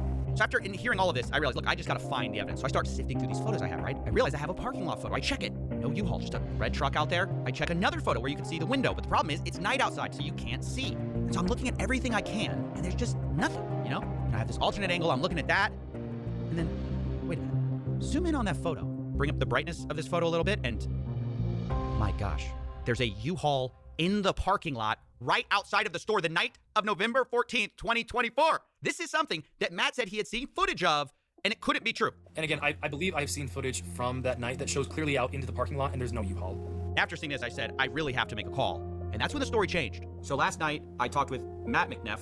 I brought up this question of the U-Haul. He told me emphatically there was no U-Haul. Y'all came to me this morning. You said, hey, we looked into it. There actually was a U-Haul there that night. Can you clear up what that's about? So there's actually two different things that are going on here, just to help you understand. And I don't know if... Oh man, all the benefit of the doubt has been extended and y'all just threw it the fuck away with this one. If you want this particularly not on the record, but we do know of a disgruntled former employee that worked at another location, that back on the 24th of October, there was a U-Haul that went to a storage unit in Salem for another previous franchisee, for a different situation that we had just, gone through some things. Yeah, and the shock collar was actually a DIY fucking transformation to a vibration collar, and yeah, we know. And he had a previously, hey, I have some inventory that I didn't turn over that I was supposed to. It's at this storage location. You guys can come pick it up. And so Brandon was sent on that day to pick up with a U-Haul inventory that then he moved down, but that was October 24th. So when we're talking about this ex-employee, you're saying they are conflating the October 24th event of the U-Haul coming up to Eugene with Legos with sometime after November 14th, after the store takeover. Is that correct? Am I understanding that? Yes. So this is now kind of a strange story. Corporate is saying there was a U-Haul at the Eugene store dropping off Lego, but that was from a different night, different collection. The CEO says Brandon showed up to Salem on October 24th for his secret shopper job with Crystal, and separately, he also was getting a different collection of Legos that also included Star Wars, and that's what he brought to the Eugene store and the former employee is remembering. Then, weeks later, on November 14th, Brandon supposedly shows up again with a U-Haul, but the reason isn't for hauling Legos. Brandon flew in to Eugene that night, at midnight, so flew from Utah on the 13th, but landed in Oregon on, midnight of the 14th. Went and got a rental truck, and then went and stayed at a trailer that had previously been moved up there in anticipation, meaning a camper trailer, in anticipation of the potential hostile takeover previously. Is that why he had a U-Haul? Is that the reason he had a U-Haul was for this camper, or what's going on with the... Yes, so then what happens is he takes his rental vehicle truck, and he tries to connect the trailer, the camping trailer, to that truck, and it's not rated for that particular weight, and he realized, oh crap. He called around and found that U-Haul had a rating for one of their box trucks, and so he grabbed that, went and got it at 10 a.m. on the 14th, and so he then went. Said, if only you could have such a convenient story, because now it's almost like Crystal and her husband. It's the CEO and the COO are the exact same dynamic. this guy has to guide everyone's dialogue, and let's not forget him calling the police. Well, I mean, fucking his friend putting him on speaker with the police and being like, yeah, they're breaking the law. Go, I'm a CEO. Go arrest them. And hooked that trailer up to the camping trailer, to a U-Haul, drove that trailer down to another location where he could set up the camping trailer in Salem, dropped off the camper trailer, and then he arrived in a U-Haul to the Salem store, and then went in, said hi to Crystal, and then as she was leaving, the door shuts, and so he locks it, calls the locksmith, takes him a while to finish up the changing of the locks. Brandon at this point is pretty exhausted, so Get the locksmith receipt. Prove this happened. Locksmith receipt on my screen. he has an hour drive back to Eugene to drop off the rental truck. So he drops it off at, midnight or 1 o'clock, something like that, grabs the rental truck, and then heads back up to the camper trailer in Salem, and then, it probably gets in at around 2 or 3 in the morning. Well, hey, since this is going to court and we're in the legal realm, well, I don't know if this is evidence for Ben's thing, but like, hey, all these cars have GPSs if they're rental. Like, if this was a murder, the cops would be looking into all this stuff. Spends a couple of, gets that's a little bit of sleep before he has to head back to the store at 9 a.m. before the other employees get there. The timeline that is trying to be portrayed just makes absolutely zero sense. Okay, so I asked, obviously, for documentation of all of this from Brandon, and here's what I got. First, the U-Haul contract on November 14th. This checks out what we already know. Then I got sent a photo, the last one Brandon took in the Salem store, dated 9:44 p.m., where you can see what looks like the inside of a bird cage that the Gormans had. And lastly, I was sent a photo Brandon took of the mileage in the U-Haul as he dropped it back off at the rental place on November 15th, 12:41 a.m. Now, the time gap there is about 3 hours between the last photo in Salem to dropping the U-Haul. Oh yeah, supposedly they stole a bird. But when she left the store, why didn't she take the bird with her? Why'd she just leave it there? Did the store own the bird? Questions. Off, which is a bit of a problem for our timeline. Yeah, it took like 4 hours. I worked till like 11 o'clock, I get up early for, my other job. You moved 4 hours of Legos out of this truck. Yeah. All right, so as weird as this U-Haul thing is, the timeline just doesn't fit, to be honest. If it took 4 hours to unload, you can't also drive to another city, load and unload, and drop off the U-Haul in that time. But still, even if this is true, it's pretty weird, and it's one of the most bizarre stories I've ever heard, to have a U-Haul thing back-to-back. One of the times you're picking up Legos, the other time you're not, you're taking a camper. Nevertheless, without more proof, we kind of have to move on to another theory of how to find these missing Lego. This time, let's take the photographs that we have and reconstruct what was in the night on November 14th. Remember, that's the moment we lost the Lego. And this time, we're going to combine it with 2 more things. First, from corporate, I got the point of sale records from the Salem store from 2023 and 2024. And secondly, from Crystal Gorman, I got her internal records of Brian's inventory, of what was sold or not, in order to pay him and keep track of prices. Now, before we piece things together, I need to address something. At the beginning of the story, you saw the social post saying this collection was worth $200,000. That's what everyone knows this story as, the $200,000 Lego collection. But sadly, that post was entirely wrong. In Crystal Gorman's inventory, which has a high and low estimate value of these various Lego items, the real estimated value is about $107,000. They give high estimates and low estimates, but that's right there in— Well, guys, Ben should go to prison for 1,000,000 years, and those Mormon cops should all be given medals. They lied on the social media about the value. Is this an actual retail street value, though, or is this the bullshit they would have made selling it through Bricks and Minifigs? Once again, if someone would have just put all this stuff on fucking eBay, we wouldn't have this issue at all. In the middle, and for simplicity, I'll just be using averages and estimates here, but understand that, these numbers are not firm, given that they're unsold Legos. It's just rough possibilities. But the point is, it's worth nowhere near $200,000. And Reckless Ben, the one who made the original video covering this, said that surprised him. Yeah, this entire time, literally every single person's been telling me there were $200,000. Like, that's how much, you could sell all these sets. How reckless of you, Ben, to not look up the information. My original assessment of about $200,000 was going up to his father's house and looking in 3 different rooms with all the sets. It was before I'd actually gone through and had set numbers and done an actual evaluation. I looked at it and went based on as things progressed, and as I started to delve more into the actual inventory and evaluating it, that number changed. But we put out the press release well in advance of the event itself, so that press release went out before I had those full numbers. So we went, this is a nice even number that will grab attention and bring people into the store, so we went with that.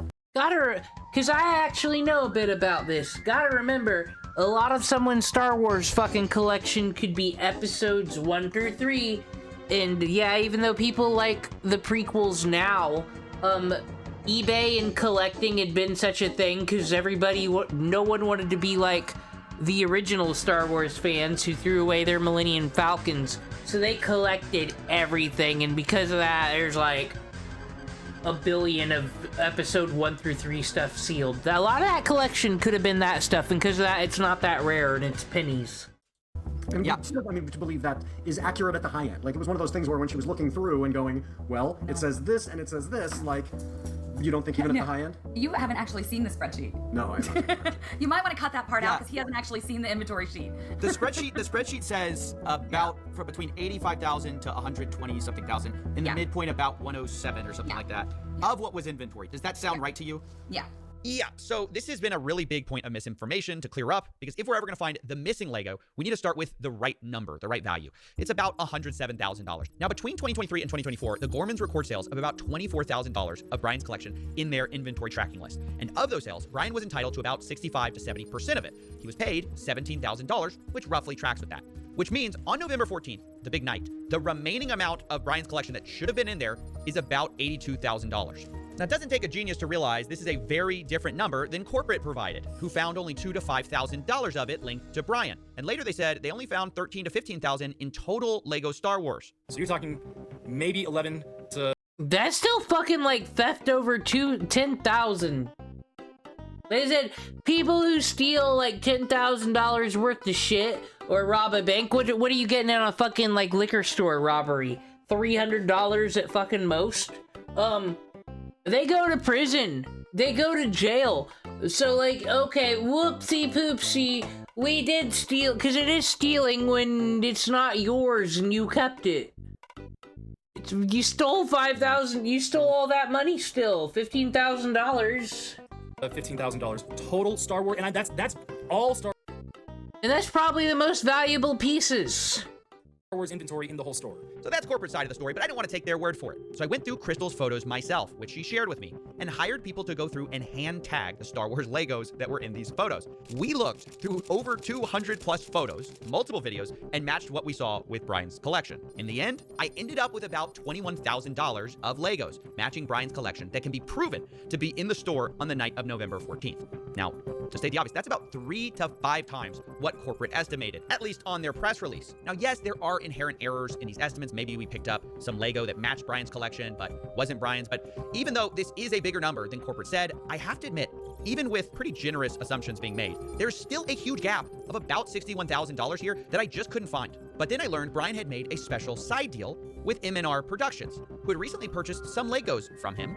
And this is where it starts to get messy. So these are the pictures that M&R Productions sent me, looking at the Lego that Brian sold him. This was stuff reportedly in storage, and it's interesting because of an early inventory list, which had a column called location that Crystal used. And it listed a lot of the Star Wars items as being located in what they called storage. Now, previously I was told that all of the stuff in storage was put back in the store, but there's a bunch that's on this list that I can't find in the store that seem to appear in these pictures. Now, I've been assured, by the way, that most of these Legos were not part of the inventory spreadsheet. They were never given to Bricks and Minifigs. This is a separate part of the collection, but I did a check, and 100% of the items that match the Brian collection inventory just so happen to be listed with a location of storage. So this starts to make things incredibly fuzzy, and I'm inclined to believe that a lot of these are part of that same inventory list. Now, if we take that value of the side deal, that's about... Well,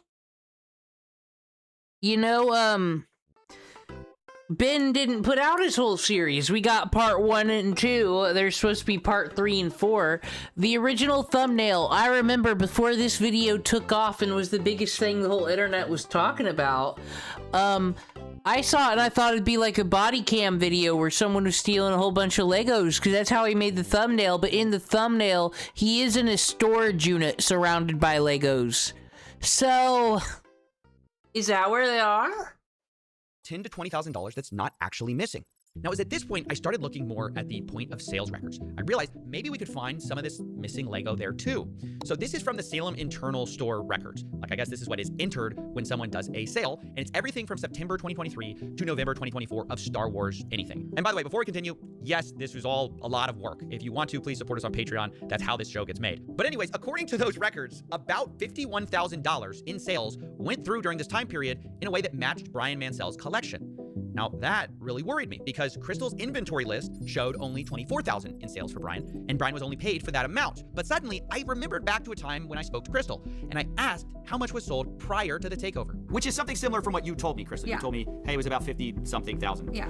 But Brian was only paid 17,000. Okay. And it should have been about double that. And I'm just trying to make sense of that, given that everyone's accusing each other of theft right now. You understand? I mean, without seeing any of those records, without seeing those individual tickets, I can't answer that any better.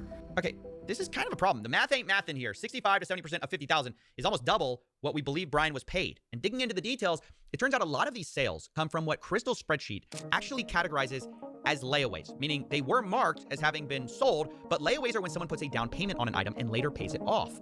But the problem was there were a lot of these, worth about 20,000. Did fucking GameStop do layaway and they would never do consignment either? This is stupid. This is a bad retail setup. $1 in layaway, and that felt a little strange to me. And because of that, I asked Josh Johnson, the incoming owner, and he responded, quote, there were 2 to 3 items on layaway when they took over. So on the list of, on the inventory list, do you know about how many layaways? I haven't gone through and done a count, but I know it was vastly more than 2 to 3. It was about 98. That makes sense. So there were about $15,000 to $25,000 worth of sets on layaway. Okay. That's just the part that's surprising. That's the part that I can't get my head around. I go, how could, let me just be really honest. I don't believe there was that much layaway. I don't know. I don't know how that's possible. How could there be that much layaway? I don't know. It's like I don't believe, because I was talking to some people about Bricks and Minifigs. They go, yeah, there's some layaway. There's not that much layaway. I talked to people who were neutral, kind of on corporate side, but also people who were just normal Bricks and Minifigs people. They say there's not that much layaway. Help me understand why there's $20,000 worth of layaway here. Oh yeah, that's absolutely. If you talk to other Bricks. Well, they would put the most expensive one on layaway, I guess. Minifigs locations, layaway is extremely rare. I think outside of the Brian's collection, I'm not crazy here. So then why was there so much layaway there? No, absolutely not. Outside of Brian's collection, I think at the time we maybe had 2 used sets on layaway outside of his collection. Okay. It was not a common thing traditionally. I don't know that we'd ever done layaway before the collection came in. With Brian's collection, it was a little bit different because so much of this collection were new in box, all in one place, reasonably priced, and a lot of the harder to find items. And so customers would come in and put, I'm gonna guess probably half of those layaway items were not gonna be sold to the person who took them on layaway. Because we had several that would put them on layaway and then change their mind. So this was something like, somebody would come in and want 10 different sets, but only be able to buy 1. Can I put the rest of those on layaway so you don't sell them? I'll pay $10 to put these sets on layaway. Traditionally with layaway, we would ask for 10% down. They'd have 30 days to make their next payment, or we'd refund the layaway amount and then put it back on the shelf. Because this collection was the collection it was, and I wanted to give these people the opportunity to, to get these sets, we were a lot more generous with how long and the amount of payments that people could make towards the layaway. So God damn it, now there's a hole for you. You're already making consignments that fucking Bricks and Minifigs, well, they kind of contradict themselves, but you're already fucking around with that. And now, I begin to wonder if they stole money from Bricks and Minifigs. It's just a theory, I'm not being an absolutist of anything. But what if they were stealing, like, cash? And then if somehow use the inventories to, like, mess with the numbers? Because, like, oh, we're more lenient with it because it's more expensive. No, I'd refund that shit to put it back on the shelf. If it's this fucking rare, and it's having rare shit like this get fucking feet in your store, no, they get the least leeway. Why are they wasting our time and putting one of our valuable things in layaway? A lot of these, we had several of them. I think one of the Ewok villages, we put on layaway 4 different times, and then it came off of layaway and back on layaway and then off and then sold. So a lot of these would have gone on and off of layaway and then back out on the shelf, just depending on the person who was putting it on layaway. That was completely unique to this collection. So look, I'll be honest, I don't trust Josh Johnson, but something is weird here. So a lot of these are, look at this, it says POS final sale price, but it's listed as a layaway, but it's sold for $5.99. Yeah. Because it matches with the store sale price. Okay. So were they on layaway? Were they accidentally marked layaway on the spreadsheet? What's going on there? I mean, without seeing the actual sales ticket and seeing what else, what items were sold together, what else was sold with it, I can't actually see the sales ticket. We had several layaway items in which customers were putting multiple things on layaway, paying for most of one item, and then, or they were buying, 8 different things together. and then putting all of them on layaway and making payments on multiple items at the same time. Our Ewok Village was one of those cases. At some point, he had, I think, like 8 or 9 different items on layaway. So they'd come in and make a payment for a bulk payment. You know, I've got 800 things on layaway. I'm gonna make $100 on my payment.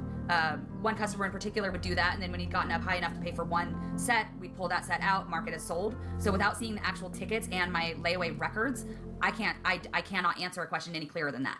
But I even found more than that in this POS data. I also found about $10,000 in sales that matched Brian's collection that were not marked as sold under this inventory spreadsheet. Some of our things that were not found Okay.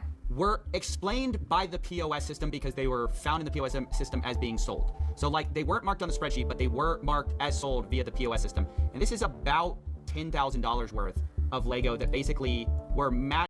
For real, hey CoffeeZilla, go solve the fucking shock collar thing. Just have Hassan send you his budget for his fucking household goods. Find the motherfucking receipt for that collar. Huh. See, and I don't know. Take anything happening from, let's see, from, sorry, I'm trying to do math here. I don't know without being able to see all of the records. There's a possibility that the consignments were ended when I wasn't at work, and I just didn't go through and pull them up. They didn't get put in the consignment ticket. I hadn't gone through those consignments in a couple of months. I hadn't gone through the inventory in the back room in a couple of months. So it is entirely possible there were sales that were finished that I never clocked as being finished. I don't know that without going through and actually seeing it. But you're saying it's possible stuff was sold, not updated on this inventory list. It's entirely possible that stuff did not get updated on my spreadsheet. I'm not gonna sit here and claim it's not possible. It's possible I missed things. So where does this leave us? I know some people are jumping to conclusions here, but I must remind you that on the night of November 14th, 2024, Crystal Gorman was concerned about Brian getting paid or not getting paid. He has not been paid his percentage yet, and if I don't have the tickets, I won't know how much I need to pay him. Okay. So Crystal, ultimately, that's a business thing and not necessarily you as Brandon will take. If they go on the business, he takes on all that, that's on them. So obviously, See, that's a business thing and not necessarily yours. It's just like, why were they doing such fucking attention? Like I said, just being so fucking aggressive, but if they were behind on lease orders, like, no one's debated this, that they're getting kind of kicked out of the franchise because they're being ghetto and not paying their rent. Like, there is some money not going to the right place. We didn't spend enough time on that to see if that's true, because wouldn't there be records of that from the landlord and stuff? Could see that and say she was intending to reconcile with Brian, maybe she hadn't gotten around to it, and of course corporate will probably take a more cynical view of what she's doing by printing these receipts. But the point is, regardless of whose side you're on, I think we can all agree there's a lot of weird stuff here on all sides, abnormal stuff. Sure, maybe you can chalk some of this up to bad record keeping between the U-Haul, the layaways, the $20,000 in Lego sets that corporate called $2,000 to $5,000 that was there that night, the off-book deals. But even if we can't like fully know 100%, you know, what these weird things were about, I think they tell a story of what actually happened to Brian's collection. In a way, multiple people, I think, are kind of right, kind of wrong. The Gormans were correct that more of that collection was there that night of the takeover than previously thought. But corporate also alleged that some of it was offsite, and that appears to be partly true, although some of that is disputed, and it looks like, you know, way more of the collection was sold and layawayed than Brian was paid for. But all in all, there's a lot less missing than many people think, especially if your starting number is $200,000. I estimated, and I must emphasize, estimated with bad records, that there's only about $10,000 to $20,000 in Lego that isn't explained by one of these sources. This isn't Yo, has this all been over 20K Lego? You guys know what they do say, though. One death is a tragedy. The fucking thousands is just a statistic. A couple $1,000s isn't enough for me to give a shit about. I don't know now. Say Brian's been fully compensated. Much of this Brian wasn't paid for that I know of. So I estimate he's still out about $50,000 to $83,000. Okay, there we go. Yeah, we need receipts. $1,000 for Lego he wasn't compensated for. And I think, honestly, that's something that Bricks and Minifigs obviously should handle and make right. Regardless of what a franchisee does, the new one, the old one, the company behind it must stand behind their product, their service, and I can't imagine a better example. Yeah, actually, that's 100% true. They should pay him more for the fucking inconvenience, because what the fuck?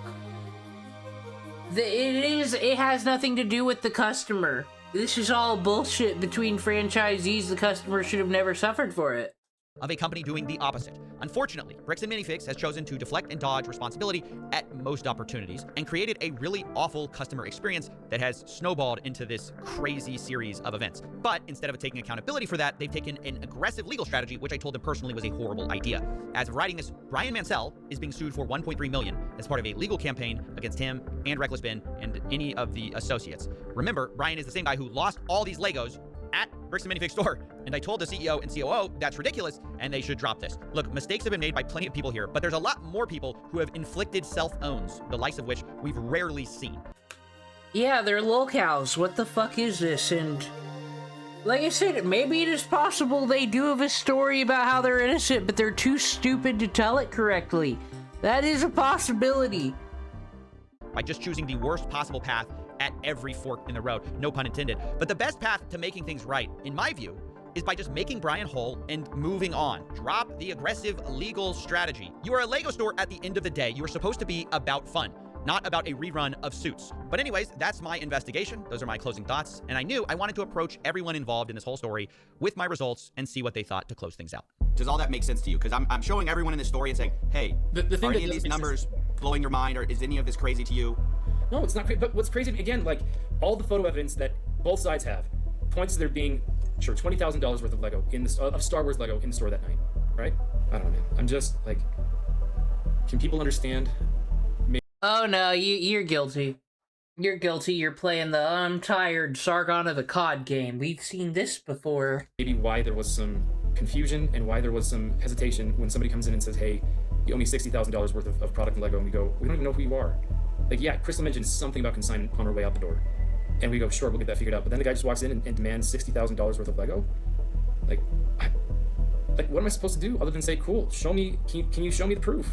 The problem is there's so much of a dispute on the timeline, and this is what's going to make the story so hard to tell. Is like, they say, you guys are unreasonable. They tried, and eventually they gave up. But they say they tried, and they were basically met with, like, unreasonable requests, things like that. So, verification? Documentation? Is that unreasonable, you think? Well, I think they would say they provided the documentation, and you guys say you need more documentation. So, I mean, that's kind of the... Right. Yeah, they walked around with the contract, and that showed that there was a deal with all this stuff, and where is it? I understand, a spreadsheet and a contract are a good start. Yeah. Yeah, but we never got that. That was never sent to us at corporate, by the way. Y'all do have the spreadsheet, though, yeah? That was shared online, but months after we asked for it. It says it's. I'm so confused. It says I'm on the file right now. It says storage used, owned by BAM Franchising Inc. Owner Salem.or bricksandminifigs.com. What are you looking at? It says owner Salem.or at bricksandminifigs.com. That's you guys. It says owned by BAM Franchising Inc. It says created September 6, 2024. And when I look at it, this is the Mansell list, I believe. So this would have been created under so we have the y'all definitely have this. Y'all have access to this. Well, I had no idea. Like, so if this is the first that anybody has shown me that a spreadsheet was created using like Bricks and Minifigs Salem, like, and all of this stuff was archived. This is the first I've seen that this spreadsheet was created by Crystal. And we don't know how accurate it is, how up to date it was. We don't know a lot of those types of things. And understand, I appreciate you sharing this with us because we had no idea. Again, you don't know what you don't know. And you can't, like, we don't know everything. The suspect starts talking fast and rushing his voice because he has no fucking clue what to do here. But if he does it fast, he will sound confident and maybe trick you, but he's not. We don't go, like, looking in every nook and cranny everywhere. Like, we just don't know some of those things. So if that's there, we can now have our team go look for that. When it comes right down to it, they're going to have to make a judgment call and say, who's telling the truth? The people who were taking all the pictures and say, and we couldn't take pictures of everything the night of, but we're being honest consistently, and the people who are saying, there was $5,000 there. Really? Like, that makes no sense. We've got the evidence, and yes, there's a discrepancy. We acknowledge we did not take pictures of everything, but does that mean that the discrepancy is, oh, and therefore these missing, percentage, whatever that would be, 5%, is some magical other place? Or it was sitting there in the store and we didn't get pictures of it. If I messed up on my record keeping, I will take accountability for that. Mm-hmm. It's possible. If my staff didn't draw attention that consignments had left out, so I'd move them to the thing. Any of that, I will take accountability to that. I am more than willing to do that. I need BAM to show me those tickets. As they promised to do. I will sit down with Brian and talk this over and figure out what we missed and where it was missed and how it was missed and make that right with him. I mean, that's new information no one's ever found out, so that's like awesome. They're gonna lose hundreds of millions of dollars because of their own wrongdoing. They're literally going to destroy their entire company because they're this stubborn over maybe $20,000 worth of Lego. Sure, I'll be keeping you in the loop with what, you know. Nice. I'm excited. This was good work. My other final thoughts is, dude, you solved it, dude. That's awesome.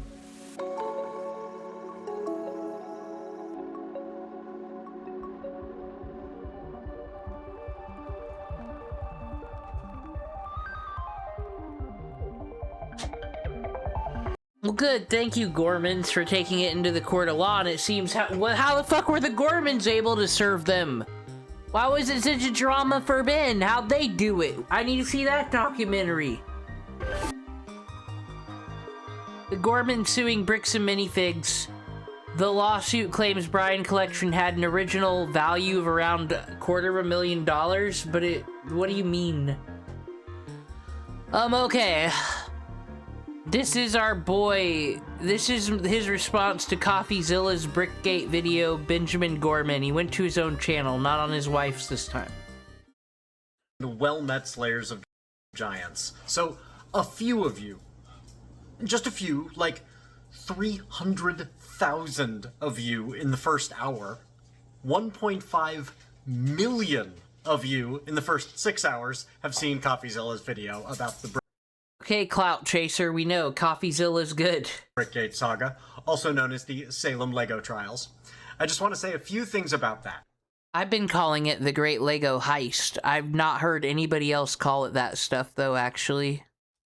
First, I want to thank Coffee for his hard work, his commitment to fairness, his hard work, and his hard work. Because that was a lot of hard work. In addition to being thorough, he was very cool, professional, even let our kid Frankie, one of his biggest fans, join in on the interview, which I also appreciate. And I also want to thank all of you. We didn't see the video before Coffee put it up on his Patreon. Sign up for that to get his content a little in. Why did Frankie look like a hostage fucking video and not thrilled to be there? Advance, by the way. So we didn't know what would be included. I was really worried that all the chaff, all the distractions, all the multiple conflicting explanations from BAM would cause people to go, this is all very confusing. I'm no longer sure who's to blame. That is exactly what my reaction was, sir, but they suck at everything so much, you know? But reading your comments on Coffee's video has made me feel so much better. Those of you who are deep into this story, you already know. Wow, just go and mask off. Said everyone ignore my extreme hipster hate, but just like, I read the comments and I got validation. Validation that said I'm awesome. Thank you, guys. That BAM's narratives keep changing and contradicting one another.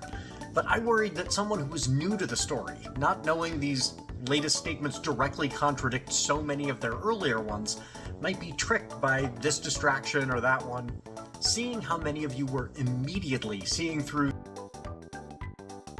Yeah, thank you. Most people aren't stupid. This is what I hate about fucking people that get all political and make that their identity and shit, is they act like no one's ever fucking heard of the stuff they're talking about before. Oh, man. Like, yeah, CoffeeZilla, I'm sure CoffeeZilla subscribers all heard about the Lego thing already. That's all he does is scams and corporate shit. Their deny, deflect, defame strategy made me feel so much better. And of course, the fact that so many of you have donated to the GoFundMe for our legal expenses so that we can... And I like to think the reason why a whole bunch of online detectives have figured that out is because of Hassanetics. If you know how Hassanetics and the Orbit fucking discredit and spread lies and shit everywhere, that's how they do it.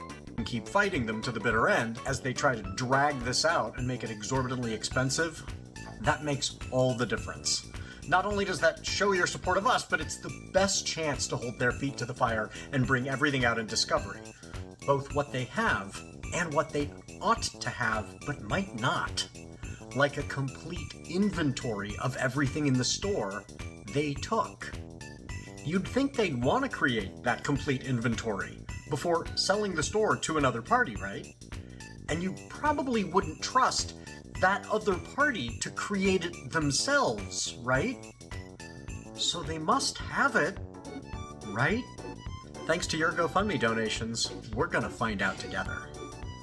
I want to add this detail that didn't... Oh my god. Well, your GoFundMe, yeah, okay, you're suing. The GoFundMe for suing Bricks and Minifigs, that's okay, because they're smaller fish against a corporation. That's That's acceptable. That's better than a Frogan GoFundMe. You know, but I was just about to be like, no, don't use it to make a documentary yourself. Don't do that, bro. Get into Coffee's video, because I think it's important to understand. The night BAM took our store, we were promised an inventory. By BAM, not by Brandon. By corporate, not a franchisee. Now, the BAM representative told us that Brandon would be doing the inventory, but we've all since learned Brandon and Josh had been told in advance that they would be able to buy the store. We know this because Josh told it to the police, who accidentally leaked their body cam footage. So BAM entrusted one of the people they'd offered the store to tell them what it was worth. We've never received that itemized inventory. The franchise agreement gives us the opportunity to challenge that inventory by demanding a third-party evaluator of everything in the store. Of course we wouldn't have accepted their Oh man, BAM, you fucked with a sovereign citizen this day. They've already looked at what was in the fucking corporate contract and you didn't do it. Uh-oh. Inventory if Brandon was claiming the Mansell sets weren't there. And then they would have had to provide a third-party inventory, which would have either revealed everything inside the store or would have immediately conflicted with the photo evidence. So everything about the missing sets could have come to light at the time if BAM had simply followed their own franchise agreement. And they cannot claim they didn't know they had an obligation to provide us a complete inventory because they promised us one on the phone that night, and it's in the agreement they wrote and signed. Again, we now know the guy they'd sent to the store was someone they'd already promised the store to. Do you think he had any incentive to produce an accurate inventory of what he... But how do we know? Okay, though, that argument applies to you too. You're about to lose the store and you know they're on their way. What expectation is there of you to not steal shit when you're getting hostile takeover kicked out and you haven't? And did they pay the rent? That is a question that he has to have answered. Did they pay the rent on that fucking... Because if there's like rent not being paid and you're the franchisee, there's some fucking shadiness going on. Would have to later pay for the store, or to deflate the value of the assets to save himself money. I leave that to you and a court to decide. But we do know he showed up in a giant rented U-Haul truck. Regardless, the real inventory presented to us as promised on the night they improperly seized the store would have been an invaluable tool for Coffee, wouldn't it? And they never gave that to us or to Coffee. He had to work from our records, which are, by necessity, incomplete, because we didn't have a chance to update them since BAM kicked us out of the store. So the discrepancies in the records are literally the result of BAM's actions. I think that's worth knowing. I expect a lot of you will have more detailed questions for us, and I think we've shown we're willing to be as transparent as we possibly can, right up to the limits of what our attorney says we can share. And I admit, I can't keep up on all of the comments to my videos. I am trying, but tomorrow we will be on the making, so toss them a few bucks to boost your question. I think this guy should go learn the tales of Nick Rekieta and the actions of people in the sector, and he should, I believe in his lawsuit, and he should focus on that and not focus on comments and being a fucking E-person. Oh god, this is only halfway through. A lot is going on here, but we want to show you the sets that we chose. So, should we share yours first or mine? Sure, we can share mine. Here, we'll see what sets they got. That sounds like fun. And then I'll get back to answering some comments. Yes, and so folks on both should know that we played a little game where we went through and saw if we could guess what the other would get. Yeah. And I was the loser. I guessed 9 times for the first set she was going to get. I was standing right in front of the wall with the theme, and I said, I'm looking at it right now. So keep in mind, he guessed 9 times wrong out of about 20 sets. But to be fair, I did on the first guess the thing she ultimately got. I thought I was gonna get the cherry garden, the Japanese cherry blossom set, which is a gorgeous set. Which is a gorgeous set, and I will have to go back and get it. But then I saw this one. Okay, though, how I haven't been to the Lego store. I don't give a fuck about Lego. It's nerd shit. But, like, how much are these sets that they're, like, naming off? Because I've seen the cherry blossom one. Excuse me, this better not be GoFundMe money. You are the small, poor people that keep getting crushed by the government and evil Trump and the fascism. What the fuck are you all doing buying Lego sets? Thank you, Frogans. And I changed my mind. And to be fair, as soon as I said I changed my mind, he knew exactly what I was going to get because this man knows me. And I mean, come on. It's Wicket. Not just is it Wicket. I mean, she was fully aware. It's Wicket. It's the hero fucking love Wicket. Defeats okay, the Empire. This is... Dan, is this what your parents are like? Mean. This is my hill to climb on. I get to say this. Without the Ewoks, the Empire wins. The fact that we don't get more Ewoks in the Star Wars universe is a tragedy that should be addressed. I love that is a hill I will climb on and a hill I will die on. I get you. I die on the fucking hill that Anakin Skywalker didn't do anything wrong, actually. You just lost a bunch of really, really awful Star Wars fans. I probably did, and you know what? I'm sorry, but I stand by my statement. The fucking Ewoks are badass. And listen, I'm not saying there is a current parallel behind cute, tiny little creatures taking on an evil empire. Dan, don't you know about the woke mind virus? These two are in Portland, Oregon right now, so you know they're inflicted. So, that's how it works. You become Borg, don't you know? We all saw how that movie ended. So yeah. She's casting herself as an Ewok. I just want to make sure that that's clear to her. Who wouldn't? She's not talking about Grogu. She's talking about Chris. Okay. Who wouldn't want to cast themselves as an Ewok? Chris in Lego form. Look at that! Absolutely. Tiny, fluffy, sometimes angry, absolutely adorable. I'm married to Wicket. She's got to talk about it because it's the one he chose for her. I kind of need to know what he got now. Still, because she's got to gush and say it's the best thing ever as he smiles at the camera. Look how good of a husband I am. I spent our GoFundMe money on Legos. What's that? Okay, here's what he got. The head of Sauron. And then all I had to say was... Of those two... Okay, fuck off. Yeah, for real. These are like the $300 Lego sets, are they not? Like, this is the fucking fancy shit. This isn't Dupla. This isn't Bionicle. This is the fucking Lord of the Rings. Look at this fucking fancy model of a movie scene. Okay, I don't want to hear about no fucking you all are suffering under fascism anymore on this channel. I'm giving this video a chance, like... Said, if someone can fact check me, but I'm pretty sure this shit is not cheap, right? This is something that Caleb Hammer. They had one job account for Lego. Don't forget to thank Ben. He's got his nuts on the line for no other reason to help Brian. Is anybody gonna talk about... whatever. Their money. But okay, so we got some breaking news. CoffeeZilla confronted regarding access to the... Okay, we already saw this in this video. We can look at the reactions from the people. It's a super corruption, incompetence, messy bookkeeping, misinformation. Also throw the Mormon into it. Either way, the company's name is shattered. This is what I've been saying. It's too fucking late. I despise this shady company. @Lego Group needs to drop all affiliation with them. Plus, yeah, DOJ official needs to investigate the American Fork Police Department in Utah. I love the future where we could just act companies and branches of the government and people be acting like they did something today.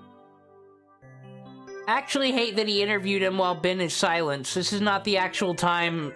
You know what? Let B&M speak. They just fucking give shady vibes more and more to everybody. You can tell he's lying. What a scumbag. But Jack Smith, aka Ripper Jack Media, is here. These guys are being exposed and they keep telling lies. The problem is most of their lies can be proven to be just that. Lies!